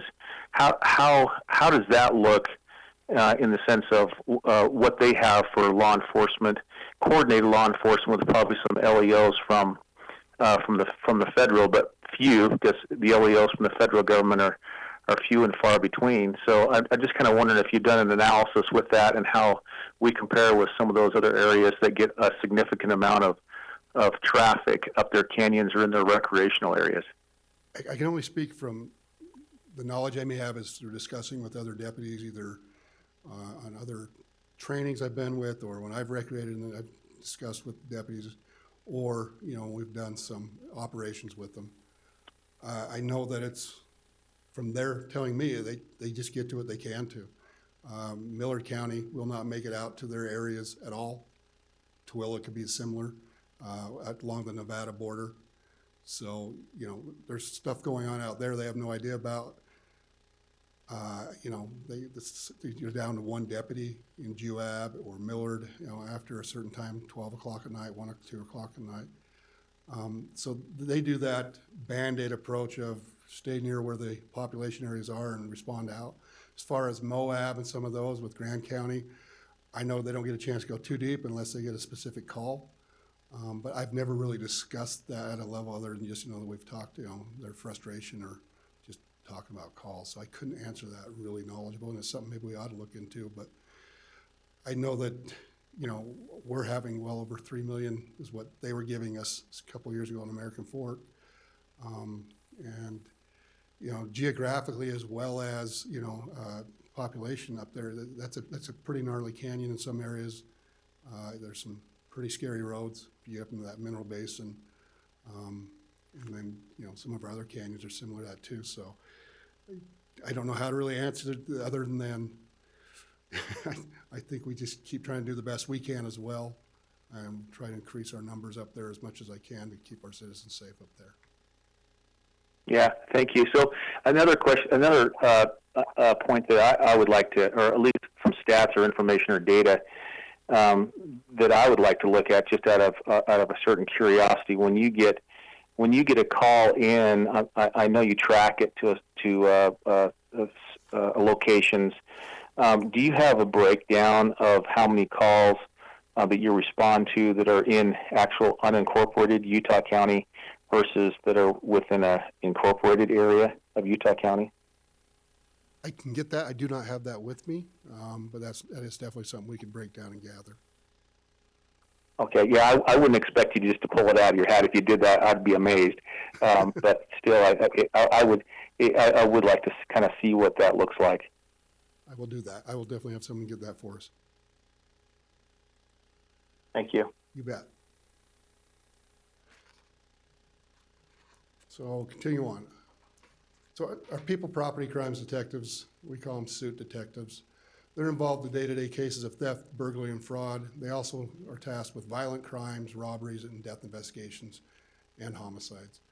Many of these cases take large amounts of time to investigate, and some require specialized training to perform those investigations properly. This unit has increased its detective numbers this year by 1, and it was funded by Vineyard. We recognized the need that was growing. We requested it, and Vineyard funded that for us. We feel that those contracts that are utilizing our resources should definitely assist with paying for their needs. So these are our detective cases for the year. Thefts, vehicle burgs, vehicle thefts, death investigations, robberies, dwellings and burglaries, frauds, and luckily we haven't had a homicide this year, so that was good. Our Special Victims Unit, which consists of our Sex Offender Register Coordinator and specialized SVU detectives and victims advocates. They're trained and tasked with investigating, interviewing, and assisting victims of sexual assaults, sexual abuse, sex and human trafficking, internet crimes against children, violent crimes, child abuse, and child homicides. Their victims include the most vulnerable and innocent of our society. SVU is a member of the Utah Valley Special Victims Task Force that consists of personnel from various Utah County law enforcement agencies, as well as individuals with DCFS, Child Protective Services, CPS, and the Utah Sex Offender Registry, Adult Probation Patrol, and various federal agencies. This year, SVU was moved into a larger building and allowed both room for detectives and the victim advocates to have sufficient space for offices, interviews, and secure computer forensic viewing rooms and civilian waiting areas, which helped them to better perform their duties. It included an interview victim, witnesses, and suspects, as well as viewing computers, forensic files, and performing proactive child internet crimes investigations. The other good part about this was their new building was allowed to have a separate area for sex offenders to register with the register coordinator, and allowed a more defined space between our victims and their defenders, who were mandated by the courts to register with our sheriff's office. And this is a breakdown of their case. Child pornography, 33.1%. The one thing they tell me is we would like to start pushing for another detective in that area, and we are looking at our contract cities for that as well. One thing I would like to do is try pushing for 2 more and have them being more proactive, either freeing somebody up to do that specifically or freeing time up that they work proactive child pornography cases on the computers and some of our sex crime stings. So, but those are the breakdown of their cases. So just a quick overview. We are requesting vest, something that's very important that our guys have that. We're requesting also that we expand our SET team. That's going back with my proactive approach to things. I really would like to see us building our numbers on proactivity. Our body cameras, again, we're really worried about public transparency. We're looking at evidentiary purposes, and just also we can hold our people accountable, good and bad behavior, identify training issues. A note on that is I just had a case on a complaint on 2 deputies and a lieutenant. We didn't have body cameras, but I viewed another agency that came out to assist us on that call. Everything that the citizen complained on was not true. Everything that she said about those officers was not true. And so what a great tool, what a great thing for public to be able to build their faith and trust in us. I won't go over the rest of that. I'll just show the end list there. And if there are any questions? Thank you. Thank you, appreciate it.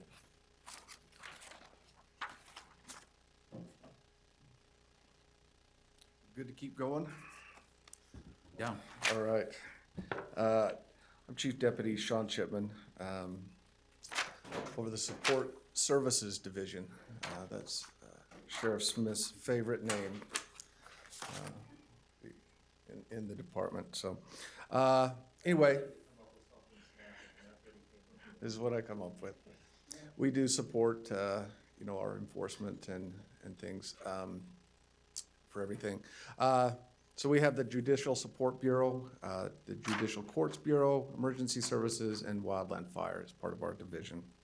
Is this mine? Do I just click or do I just, there we go.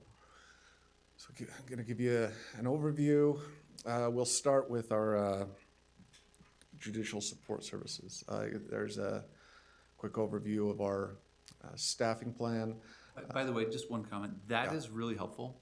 Okay. Just to have like that, and it's something I hope every department, and even maybe one supplemental slide we could just try to work on, is just a one global org chart of number of heads. Okay. In each, but this is really helpful to see it this way. I can just quickly, I mean, that we have 7 office specialists that work there. They are some of the hardest workers. They are in their seats, typing and working all day long, so I really appreciate them. What services we provide? We do warrants and in-state and out-of-state extraditions. They, because of COVID this year, have obviously been down. Civil, on the other hand, has stayed relatively steady with all of our civil processes. UCAP has part of this judicial support, and I'll go into more depth on all of these a little bit, but the Justice Court, Facility and Event Securities, and then we obviously have a bunch of deputies over there that provide, that are part of different teams, whether it's DOD, K-9, firearms, and so on. Our warrants this year, 216 in-state extraditions. Sorry, can I ask you? Yeah. Because I just want to try to figure out, so when I try to connect the dots between the staff on the front page and then the second page, so you've got 4 judicial deputies, and that covers Correct. both the Justice Court. And Larry and Jared Carter, they are our facility security that you probably see around here. Got it. And so that is also these 2 bullets, so the Justice Court and the Facility and Event Security. Yes. The 4 are they are our judicial 2 deputies. They're not enforcement And deputies. then it's more the warrants and the civil processes is where you're seeing your enforcement deputies, Yes, correct. okay? And UCAP. And UCAP has Yes. those deputies. And then for additional services, I am just trying to curate, so like firearms instructors, before we had the training section, and that was kind of in the admin section. Oh, yeah, these are just, additional services include, we have members of those teams in our division. So we don't run it from our division, we're just part of those teams. Got it. Yep, thank you. So, again, COVID has hit hard. We've had very few in-state and out-of-state extraditions, which, typically we have a lot more of at this time of year. But, jails aren't gonna take our NCICs in North Carolina. They're just not gonna do it. But one of the things we have done to try to stay busy is, when we can, we do promises to appear, having them sign them in lieu of going to court. And just hopefully, at some point when the courts open up, they'll get a court date. We have received some money, collected bail of $3,841. There's some of the warrants that are out there for this year, 678 been issued. Let's see, 15 first-degree felonies, 118 second, and 512 third. So there's a lot of warrants out there right now that we're working on. And then we've done 30 out-of-state extraditions. I'm sure most of those were done in January, February, and maybe the very 1st of March. Civil process, these are some of the, these are the types of documents that we serve on a daily basis, that our office staff takes in, they process them, give them to the deputies, and they get them signed. Some are more obviously involved, like a sheriff's cell or, search warrants and some of the other things, but that's some of the things we do there. So we have received 4,766 papers for service, and we have been able to serve 3,785 of those. Sometimes we just can't find them. They move, they avoid us, for whatever reason. The civil process has collected $24,500, which has resulted in a revenue of $16,986 so far this year. And down at the bottom it says we do multiple attempts. Okay, the Utah County Alternative Probation, or UCAP. This has taken a hit this year, kind of like Higley Chief Higley was talking about with the GPS. The courts are down. Only 17 individuals have applied for participation this year. 2 have opted out. 6 have been denied participation. 1 was determined to be ineligible, whether that was from, past offense or out of county. But 8 individuals have started the program, 28 are actively participating. It typically takes a year to graduate. 12 people have successfully completed UCAP, and then 6 people have been terminated from the program. And I think that's really kind of a good thing to take note of. I think, it adds credibility to this program. It's not just check the box program and we'll get you through. There's a bunch of fantastic things about the program, but if you're not willing to do it and and you don't want to be there, we're not going to have you there, because we want to help people get through it. So, question on that. Uh-huh. 'Cause I know that you do great work in this program. It would be helpful to, again, I think, highlight. I have some stuff. It's Some of coming. that? It's coming. But one question I have is, how much discretion does you or your department have? Is this decision made to go into UCAP outside of you, right? It's more at the court or the attorney level? It's usually the court or attorney level is where it's at. You're now then trying to manage That's correct. the pipeline and achieve the best outcomes, but you don't necessarily have discretion in Our moving the discretion, pipeline of arrestees or inmates right? That's into correct. the various programs. We work closely with Wasatch Mental Health. We participate with them because that's one of the aspects of this is providing the mental health and substance abuse part of it, which is what really helps make it work. And then we work closely with county attorneys, public defenders, and court administration on this, or some of the judges. So in that way, by sharing data and saying that you Correct. have the resources, you can influence Sure.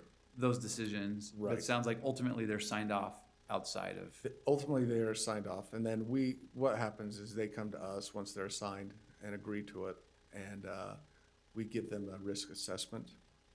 We do get their background information. If they don't qualify, if they have a sex offense, if a violent offense, or they're out of the county, we deny them immediately. But then we do a risk assessment, and at that point determine if they're low, high, or medium risk, and then we basically tailor the program to them on that way. Great. The Justice Court, it's been way down this year, but we've still had 7,523 people come through our magnetometer. Some of the just miscellaneous, we do fingerprints, and we do, Ray Edwards is our accident expert. He does a lot of the fatality or major accident reconstruction stuff, and he's part of our team. Again, a lot of this was built around some priorities. I think the sheriff's office was, I guess, we received information that this is what we thought we were kind of doing, but the vests, obviously, Chief Oliver spoke about this and why we need it. It's officer safety is always a number one issue for us. Then we will be asking for a sergeant and a deputy on UCAP. Again, we understand it's down, but it's about ready to take off and explode when the courts do open back up. Right now, currently, we can serve about 60 offenders, and that's mainly about where it was before COVID hit. But with these 2 staffing increase, if we could get those, we would increase our ability by 60 to 90 more offenders. This program has been extremely successful. Our recidivism rates are lower. We have a control group that we watch and compare ourselves with, and contrast ourselves with, that we are making significant strides in helping people. In fact, for every $1 invested in UCAP, there is a net savings of $13 in the community. These savings are recognized in law enforcement, attorney, court, and correctional costs. That comes from actually the Washington State Journal did a study. This is on the low end. I think they said $14.50, but there's a couple studies and we kind of went in the middle of those. But if you take that and base that on the UCAP 2020 arrests, which are reductions, which are low this year, prevented 84 arrests, 4 court appearances, and 336 court hearings, which allowed more rigorous and deliberate court proceedings for some of the other stuff out there. We believe that the data shows we probably freed up 504 law enforcement hours for officers. UCAP participant treatment completion rates improved by 120 cents over non-UCAP individuals. And again, that's compared to our control group that we have. Just want to make sure. Wait, that's interesting. So you say control group. Mm-hmm. I believe in these types of programs, and the data suggests, but there is this interesting factor, like you're saying, if you have a screening criteria just to bring them in, and then it's kind of like, okay, well, how much of it is the services versus that you're screening a different population to enter the program? Sure. Either way, it's a good outcome. But are you saying that this is actually already screened for those? Not necessarily. Well, some of them, but there also we have individuals from different justice courts across the county, Lehigh, and different ones that have had the same arrests, same number of arrests, and that's who we're comparing ourselves to. Okay. So. I think this is what you were alluding to, that you have some in there, right? Sure. I mean, I think this is the type of stuff that is really helpful. It shows the thought, because I know that you and Sheriff spend a lot of time thinking about this and have a ton of responsibility for our entire county on this topic. And so, and this could really significantly impact policy. And to your earlier point of, you kind of need to, and you feel like you can influence the attorneys in the court, I feel like what would be even more powerful is to, along with this request, which we still have plenty of time through the end of the year, if you can get commitments from, and if, as a commission, if we can have visibility into those commitments from our attorneys and the court system that says, yeah, we also buy into, which I know they do, the success of this program, and if there's additional volume, we will push more people. I think that would be helpful. Yeah, absolutely. And this has been successful. The judges seem to like it, especially our justice court judges, and the district court judges have really come a long way in embracing this. And now,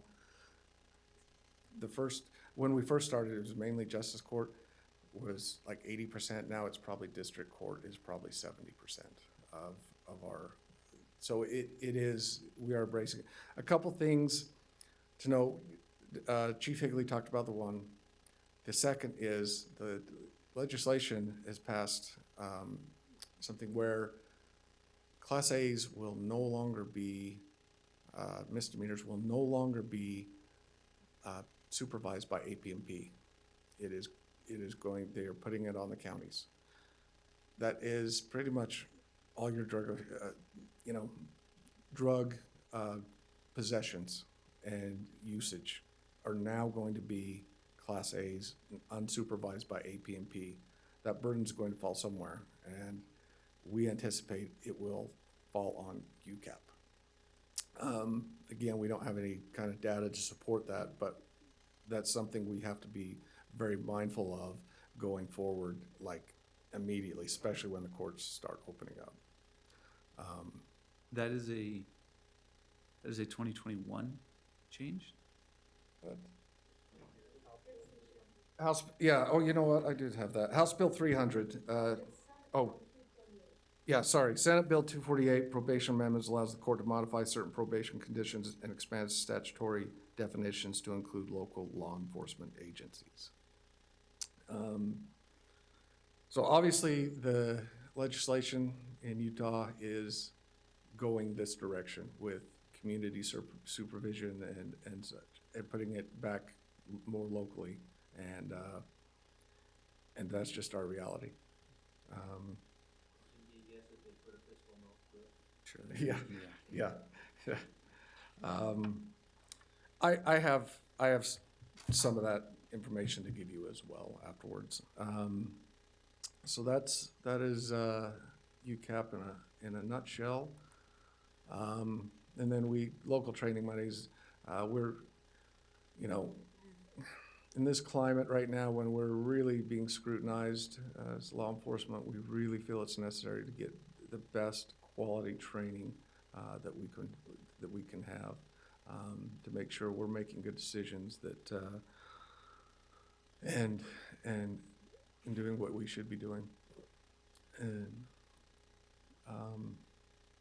tasers, that's another thing.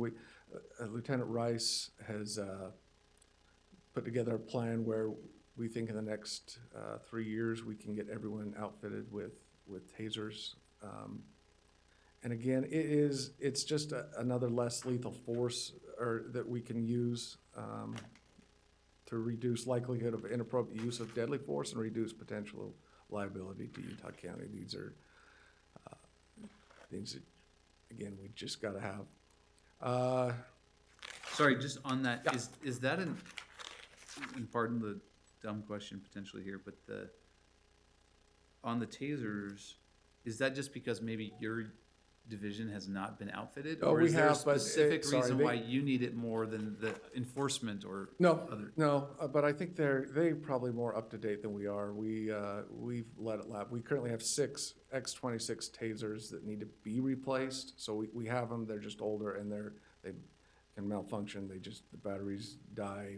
We're working on getting them, sending them back to the manufacturer to get fixed. But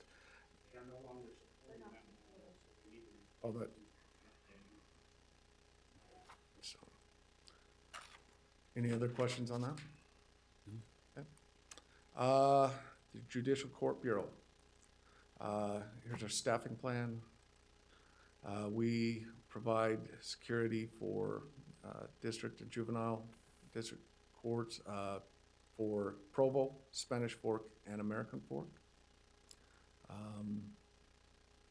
The 2 civilians there are our 2 control board operators in our new Provo facility. We do have a statutory requirement to provide security and act as bailiff in the court. You can see this year the courts have stayed open as a vital service, although in a reduced capacity. Talked about the in-court or the video conferencing has become the norm right now. But our guys have stayed busy with other things. We have been assigned by the sheriff to do COVID transportations to the hotels. To date, there have been 24/7 coverage for 79 days. There are 3,792 hours spent at hotel shifts. We've modified work assignments to help in case of exposure and quarantine. So one of the things Lieutenant Packer's done is he's kind of split up his guys a little bit to make sure that if there is a major exposure, not everyone is exposed, so we can still provide security. And then we've talked about this. We expect a large-scale backing of cases when the courts come back online. The courts are actually talking about, to catch up, extending days and possibly even going into weekends. So it's gonna be, so again, our overtime and part-time budgets look really good right now, but next year, they won't look nearly as good when, as we're trying to catch up or whenever this pandemic ends.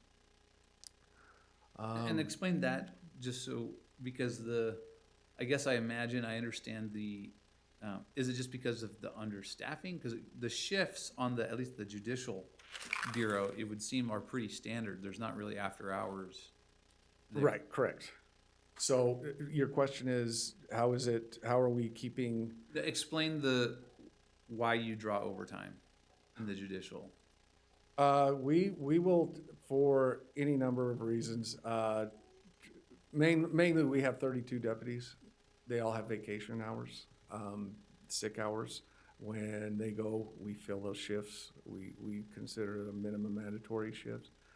This year, we haven't. If we can afford to, if someone's sick or needs a vacation, as long as we feel staffed, okay, we can let them go and not have to fill the shift. But yeah, our guys stay late more than you would think. Our judges can easily run over on probably daily. There's someone going over, and so we have to have security people at the front desk, along with bailiffs, along with other support individuals. So, I would say on a normal daily basis, not this year, we run over.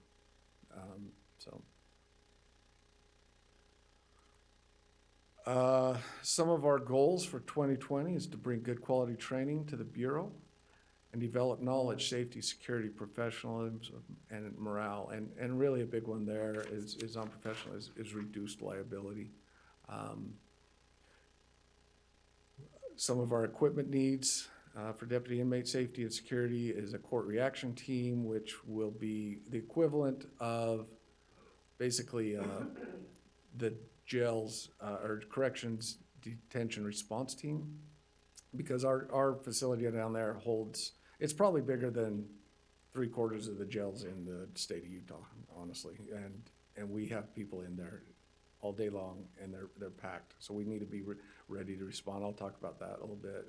And then the bullet, or our vests and tasers again.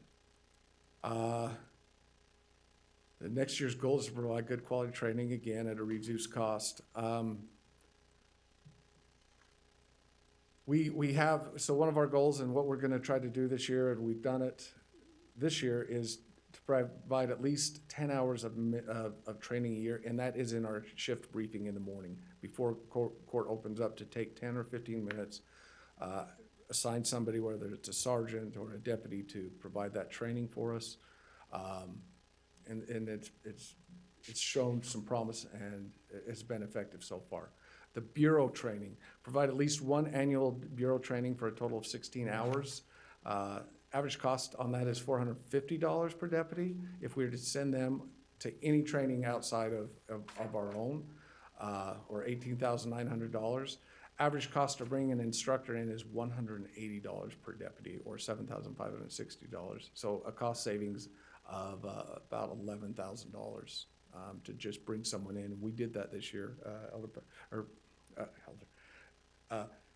Lieutenant Packer, he was able to bring in an instructor. We had it in the fire base because of the new mandates. We were going to have it here in Provo, but it didn't work out because of the new mandates. So we had it down in the fire base, and it worked out very well, and we were able to get all those people 16 hours of really good quality training.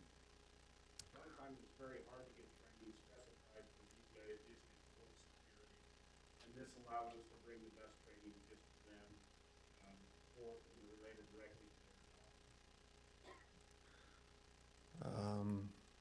Here's some graphs illustrating that.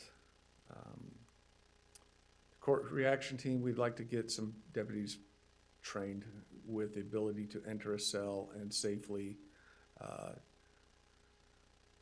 take care of a situation at any given time with shields, vests, and what have you. You know, we had one this year, current threat, this past year we had an incident. We had two incidents of inmates that became very violent toward deputies, and one of them, one of the guys slipped his chains and started swinging it around, threatening deputies. He was ultimately talked down, but we realized at that point we need something to be able to subdue this person and keep him as well as our deputies safe.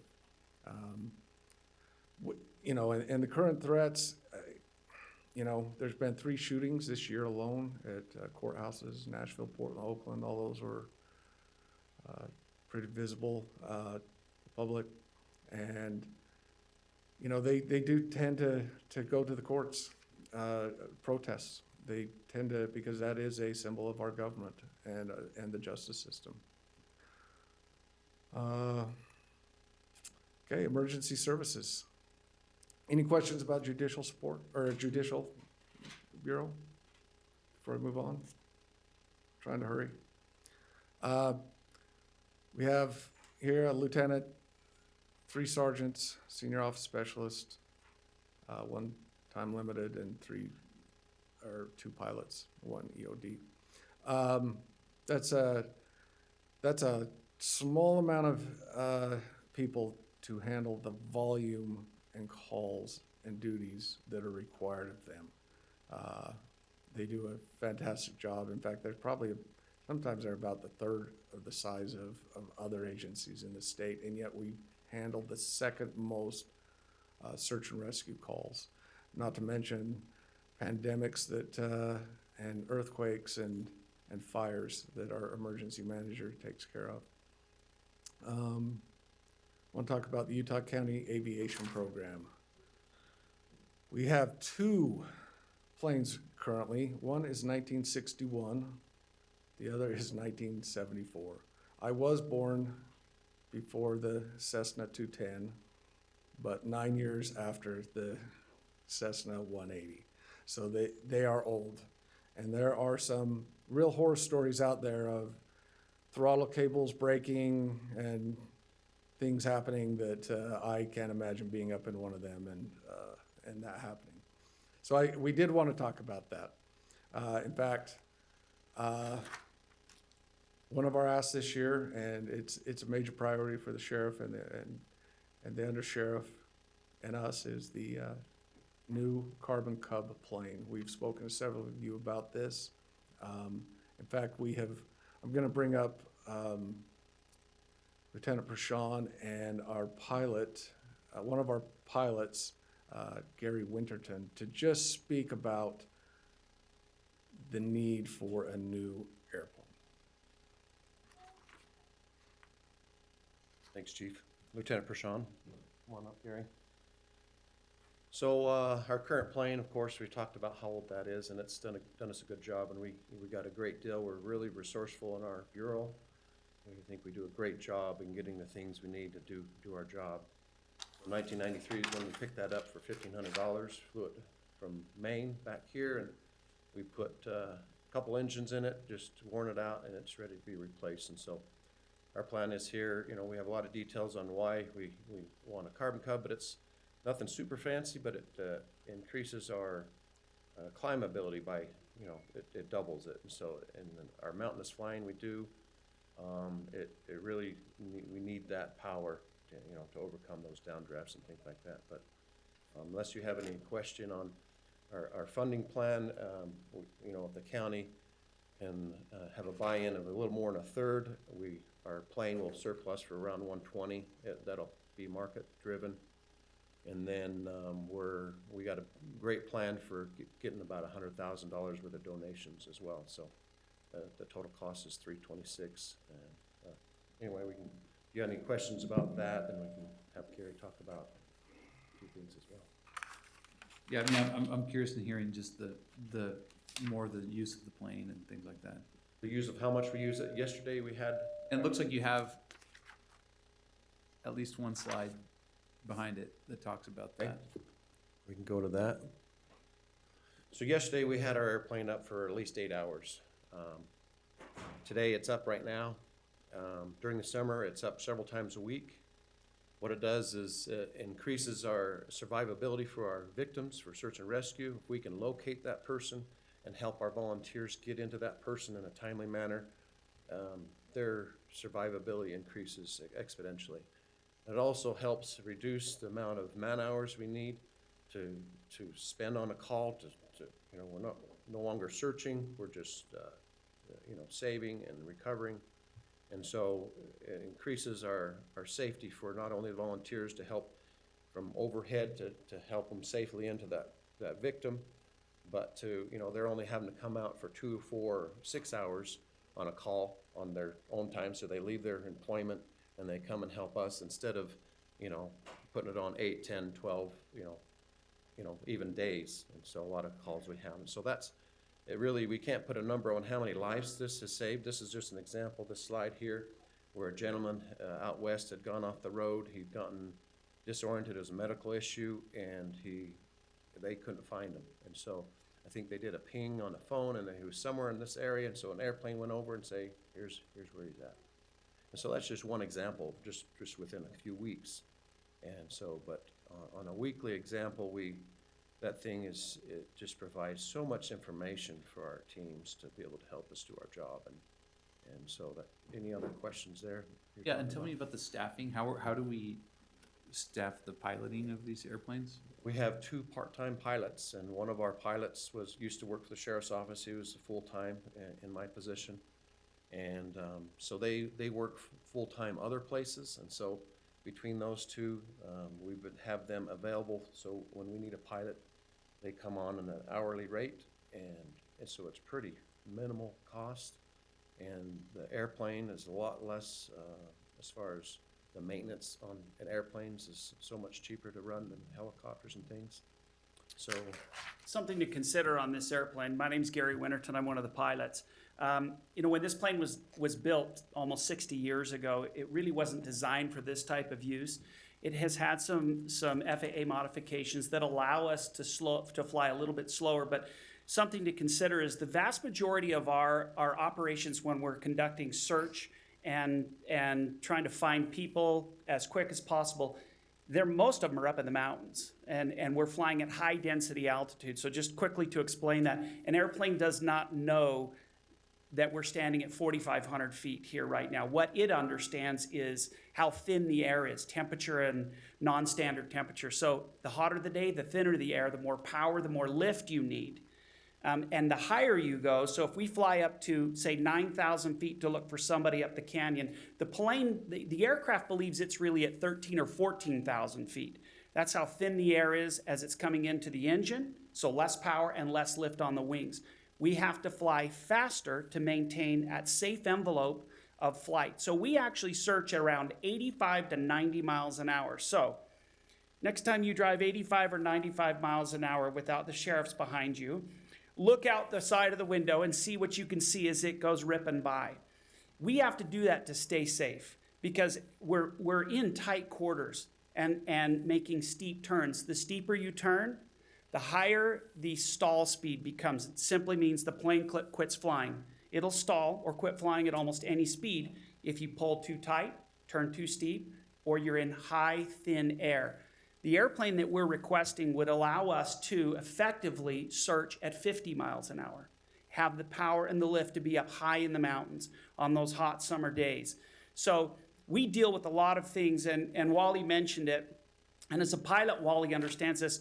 Mountain wave, mountain rotor, we fight that all day long and at night when we're up there in the dark searching, and that is the downdrafts or the updrafts, and to have the power and lift to be able to fly in there safely. So we want to accomplish a couple of things, 2 really important. Safety for the pilots, safety for the sheriff's observers that are with us. Second, we want to have an aircraft that allows us to get to where we're searching quicker, find these people or individuals as fast as possible to increase the likelihood of survival, and guide medical teams and search teams in. We do a lot of that. Once we find them, we orbit. And we have to be low and we've got to be slow to see a small person up in those trees in the mountains. So you know, this aircraft we've been using has been good, but consider aluminum over time. If you bend a aluminum can, it fatigues. And that's really where we are with a 61-year-old airplane that has served this county in an awesome way. It's such a critical asset. So this is a big ask, but it's a critical one. And it's already been mentioned, you know, with the growth of the county and the number of people that are going into the outdoors, the volume of search required with this tool is just simply going to increase. So it gives us the opportunity to serve our community in a safer, more effective way. So from a pilot's perspective, you know, we really think this is super critical for the county and the people we serve, and then for the safety of the people inside the airplane. Thank you. Really appreciate that. Actually, and can you just comment on the benefits, the pros and cons of having a plane with sheriff's observers and a pilot versus like drone capability to accomplish some of this? You bet. We launched a drone program several years ago, and we've been playing with that, but a lot of times the drones isn't for real-time information. It's you do a pattern and you bring it back and you have that information looked at or processed with software or observers on a bigger screen. And so it's not as helpful. Also the limitation of time on station per battery and the up there in the elevation, the performance of the drones are a lot decreased. And so, but we do have drones. We use them when you know, situation dictates, but it's really not as solve-all as some people might think. I mean, I don't want to put words in your mouth. So you're in a situation where you have someone that you're searching for. You would never prefer to have a drone out there searching. You would immediately get the airplane up in the canyon to find Right. it. Plane right off the bat, if the plane wasn't available, if the weather was certain different situations, we may put up a drone if it was right. We do have thermal on our drone, but it's really limited. Yesterday we used our drone most of the day looking. In the middle of the day, it's really tough when you have the temperatures about the same of, you know, out there as people on the ground, so it's really limited. But there's nothing like being in person in a plane, observing overhead and seeing that. It's a lot of times when you take a picture, it just doesn't do justice. When you're in person, you have that visibility, and it's so helpful. Okay, thank you. Appreciate it. Commission Range, just a slight housekeeping item regarding this. This item is actually being considered in the capital improvement plan. So it's in there, not in the operating budget of the Sheriff's Department, but they brought it up. Okay. One of our requests for the emergency services is another deputy. We have two deputies that run a 24/7 service at an EMT and MRA level. That's just a lot of work. SAR usually has the second most calls of service, or calls in the state. We average 100 plus. This year we are over 120, and we still have 3 months to go, and that's with the algae blooms at Utah Lake. You could increase that by 20% if the lake was fully open and going. You could just tack on a lot more numbers there. You know, with COVID, people getting outside, the social media population growth and increased visitors, a lot of people are coming to our counties, and I think people are getting a taste of it, and I do not anticipate it going the opposite direction, or at least very far. And then all the improvements in AF Canyon is making it more, as Commissioner Lee, as you've said, you've been up there, and how crazy it is. Just quickly, you know, they take time to train. They have to, after every single call where our equipment is deployed, they have to clean it, maintain it, and make sure it's operational for the next call. And so even though, you know, they're not always on a call, when they have downtime, they are absolutely working their guts out to get our equipment ready. One of 7 sergeants have lasted more than 2 years in this program. It is so taxing, the on-call lifestyle. they don't, every other week, they cannot leave their vehicle. They have to drive separately from their families to anything they do. They're constantly being called out. It's a big time burnout. And so we think one more deputy would really help in that aspect. And then the emergency manager would get some relief as well. Sergeant Quintner has done an incredible job this year. But he could use some help, especially in times like 2020. This is just a graph on our calls. You can see we're at 120 with 3 months to go. The last 5 years, we've had the algae blooms. And when they stop, we anticipate our calls skyrocketing. Just want to take a quick second and talk about our volunteers. These are literally some of the best people in our community. They donate all sorts of time and money. They risk their lives on a regular basis because they love helping people. And so this year, we put a value on this with volunteers. 4,000 to 6,000 calls an hour, or call hours a year, or 175,000 dollars. What's that? That's just for SAR. Formal and personal training hours, yeah, that does not include that. Vehicle gas maintenance that they all pay on their own. The equipment that they purchase, you can put another $2,000 to $6,000 there. And a lot of them use their personal ATVs, UTVs, and et cetera. And then they are on an on-call lifestyle. This year, it's amazing how many guys come out every day.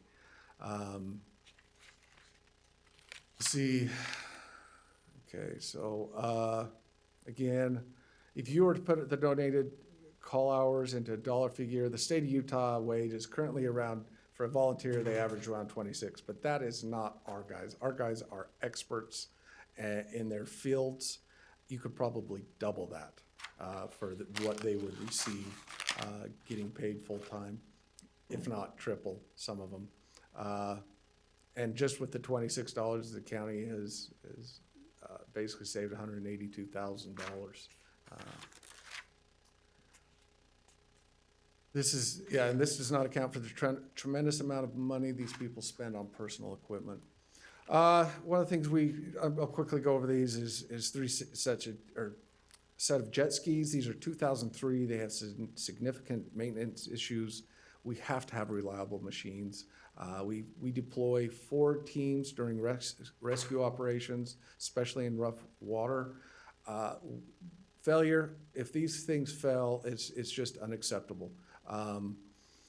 Now all of a sudden we have to divert resources to, pulling these in and taking people away from the calls on saving lives.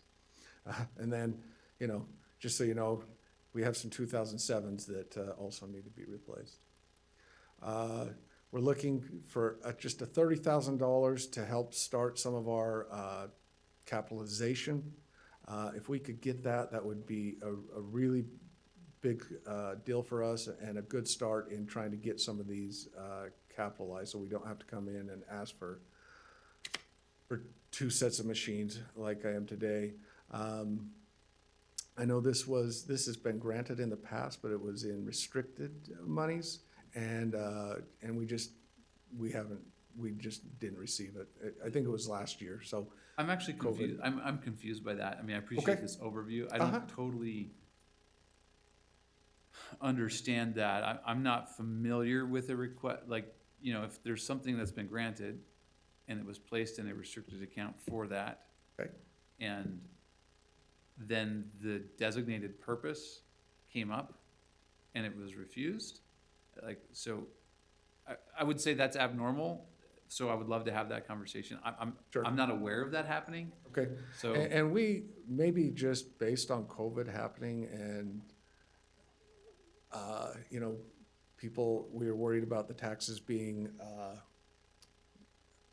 Revenues are down. and- revenues yeah, are no, down, and appreciate so that, yeah. maybe it's an assumption. It wasn't like I'm not, certainly not suggesting you guys just denied it because, you know, after putting it in there and, you know, anything like that. It's just, we may not have even asked for it, to be honest with you.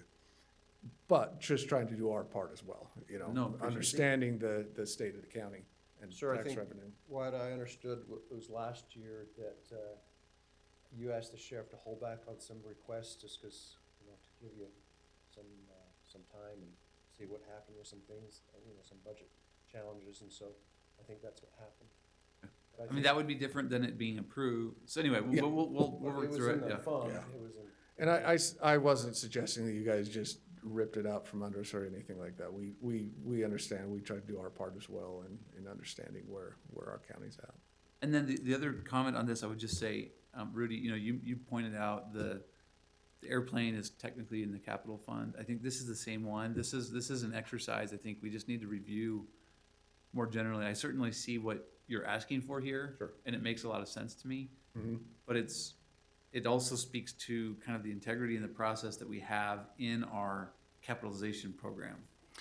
And making sure we have the right amount of replacement in there. Yeah, currently, this item falls below the threshold for this, that was designated for CIP program, which was $100,000. And as we've had previous discussions, one of my goals in the coming year is to begin putting together an equipment replacement plan, which is similar to the CIP, where we would be funding these, you know, putting money aside for these, for the lower cost items and equipment, and quite frankly, maybe even looking at moving equipment out of the CIP plan and leaving in that CIP plan things that are more of a capital, public, you know, projects, you know, big projects, buildings, infrastructure, and all those kind of things. But that's something we'll be looking at. I think what they're trying to do here is one of my goals is for the coming years is to get a plan to where we can have these things like we do in motor pool. We collect money to replace Sure, the vehicles. And just, I mean, most of this stuff were donations, and so they weren't put on, you know, but if we could invest in that, that would just help us down the road if we could move to just capitalize them, so. No, it's just one of those things that it requires some thought and some management. I know it's a constant thing. It's certainly it's incredible that you're able to get Yeah, these guys do some an of these things incredible job. donated, right? And Yeah. and then the question, we just need to manage that. If you receive it, does it go on the capital or not? So anyway, appreciate that overview. Okay. And then we do need to replace a sonar fish control box, just the box, not the whole system. The whole system would be around $54,000, but if we could get that, ours is like 12 years old. It's just wearing out, and again, it's all about, you know, helping, saving, and locating victims, especially on Utah Lake. Here's a couple more pictures of our airplanes. Our fire department, last but not least, is our fire department. 3 divisions, 1 team, 1 mission. This is just at a glance. We have the in-county fire guys that statutorily we have to have, and they have done a great job. They've had, and you'll see a little bit later, but 317 calls for service this year, which is up over 100 from last year. And they do an outstanding job. Out of county provides the national available resources. This is a self-funding position or unit. And in fact, I'll go through this. And then our prevention team that has done an outstanding job in fire prevention this year, mainly at Santa Quin, Hobble Creek, Provo Canyons, Woodland Hills. They've spent a bunch of time there. Here's our current staffing plan. You can see we have about 7 full-time and about 92 seasonal employees. These guys are fantastic. There is a big span of control there. At some point, we would like to see some more merited full-time positions to help with that span of control. So the in-county, they do the wildlife suppression, hazardous material, emergency response, incident command, training, and preparedness. 317 calls through 911 dispatch just this year, and that number's went up. 227 calls through 2019, and there's still fire season left. We don't anticipate this stopping for a little bit. That's an increase there. Can you also, we had this conversation on the law enforcement side on when does dispatch direct to Utah County Fire? Well, I mean, if it's in the county, it's anywhere in the mountains, west, any county area. I mean, fortunately, where fire is, it tends to be county ground, so it's not.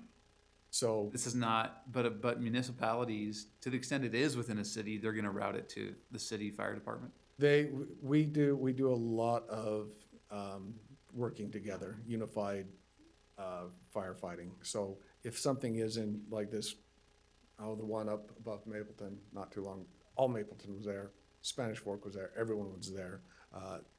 Ultimately, it's ours until it goes into BLM or some of the state, and then, they bring in their big teams to deal with it. But in that example, that would, even if it's in Mapleton and some of the other agencies are involved, if we go to help and be a part of that, that's in the call here. That would be one of our calls, certainly. The out of county, again, self-sustaining billable resources. They spent 203 days on national wildfire deployments, mainly in California, Montana, Wyoming, Idaho, Utah, a lot. And they do, and I love this program. We have a lot of fantastic guys that are gaining invaluable experience fighting these fires, and quite frankly, we need them. We need them in all over the western United States, especially the last few years. And I love that we do our part. Prevention, there is a participation match that you guys are aware of. 59 days of fuel mitigation work within Utah County this year alone. Garrett does a great job with that. Our priorities is to get firefighters safely to emergencies. We need people, apparatus, facility, and equipment communications. And so the one thing, this is our one ask this year, is we, again, have 2 vehicles that are not capitalized or on recap that we need to replace. They are old, they are worn out, they are breaking down, and they haul 4 to 5 firefighters in county and out of county with their equipment to these fires. It's just one of those things we have to have. We're just desperate. In fact, it's the only thing we're asking for in the fire world. Is this this isn't the one that I was out there in Saratoga Springs, Eagle Mountain, and I know one of our chief's truck had a no, that was fire pole fall and no, that's not one of these. That's utility pole rather. Yeah. Right. Yeah. So, that was kind of crazy. And that's it. You can see our priority list here. Not everything's on it, but that I talked about. But there you have it. Do you have any questions? Thank you. Appreciate it. That's everything we prepared, commissioners. If you have any further questions for us. I don't have any other questions. I would just like to say that I really appreciate you pulling this all together. It was very thorough. You have a ton of responsibility, and with everything that's been going on this year, especially grateful for you and your entire team, what you do for our community. one, there's been more pressure, more emergencies, and also, I think, less general appreciation for law enforcement, and despite the fact that I know you and your deputies are doing everything you can to build those community relations and interact and be transparent, and a number of those requests came through here, and I know that you've publicly made those commitments, and so your jobs are increasingly difficult, and I'm grateful for this report and everything that you're doing. I appreciate that, and I appreciate you giving us the time. I know we took a little extra time. I think when I look at the sheriff's office, there's, with each division that you heard from today, I think you got the point that they are different. And I know there's other departments in the county that you're gonna hear from, but each of these divisions that you've heard from today are as big as those departments by themselves, and their responsibilities are different. We have a lot that we have under our hat, so thank you for the time allowing us to explain each of those divisions. And for me also, thank you for coming in and explaining and going through, this process.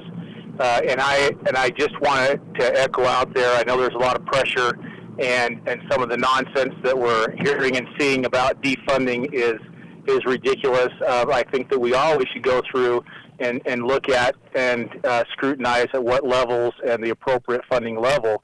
But the defunding issue is nonsense, in my opinion. I thank you for the work that you do, and as we kind of go forward, that we can have continued conversations. Thank you, commissioners.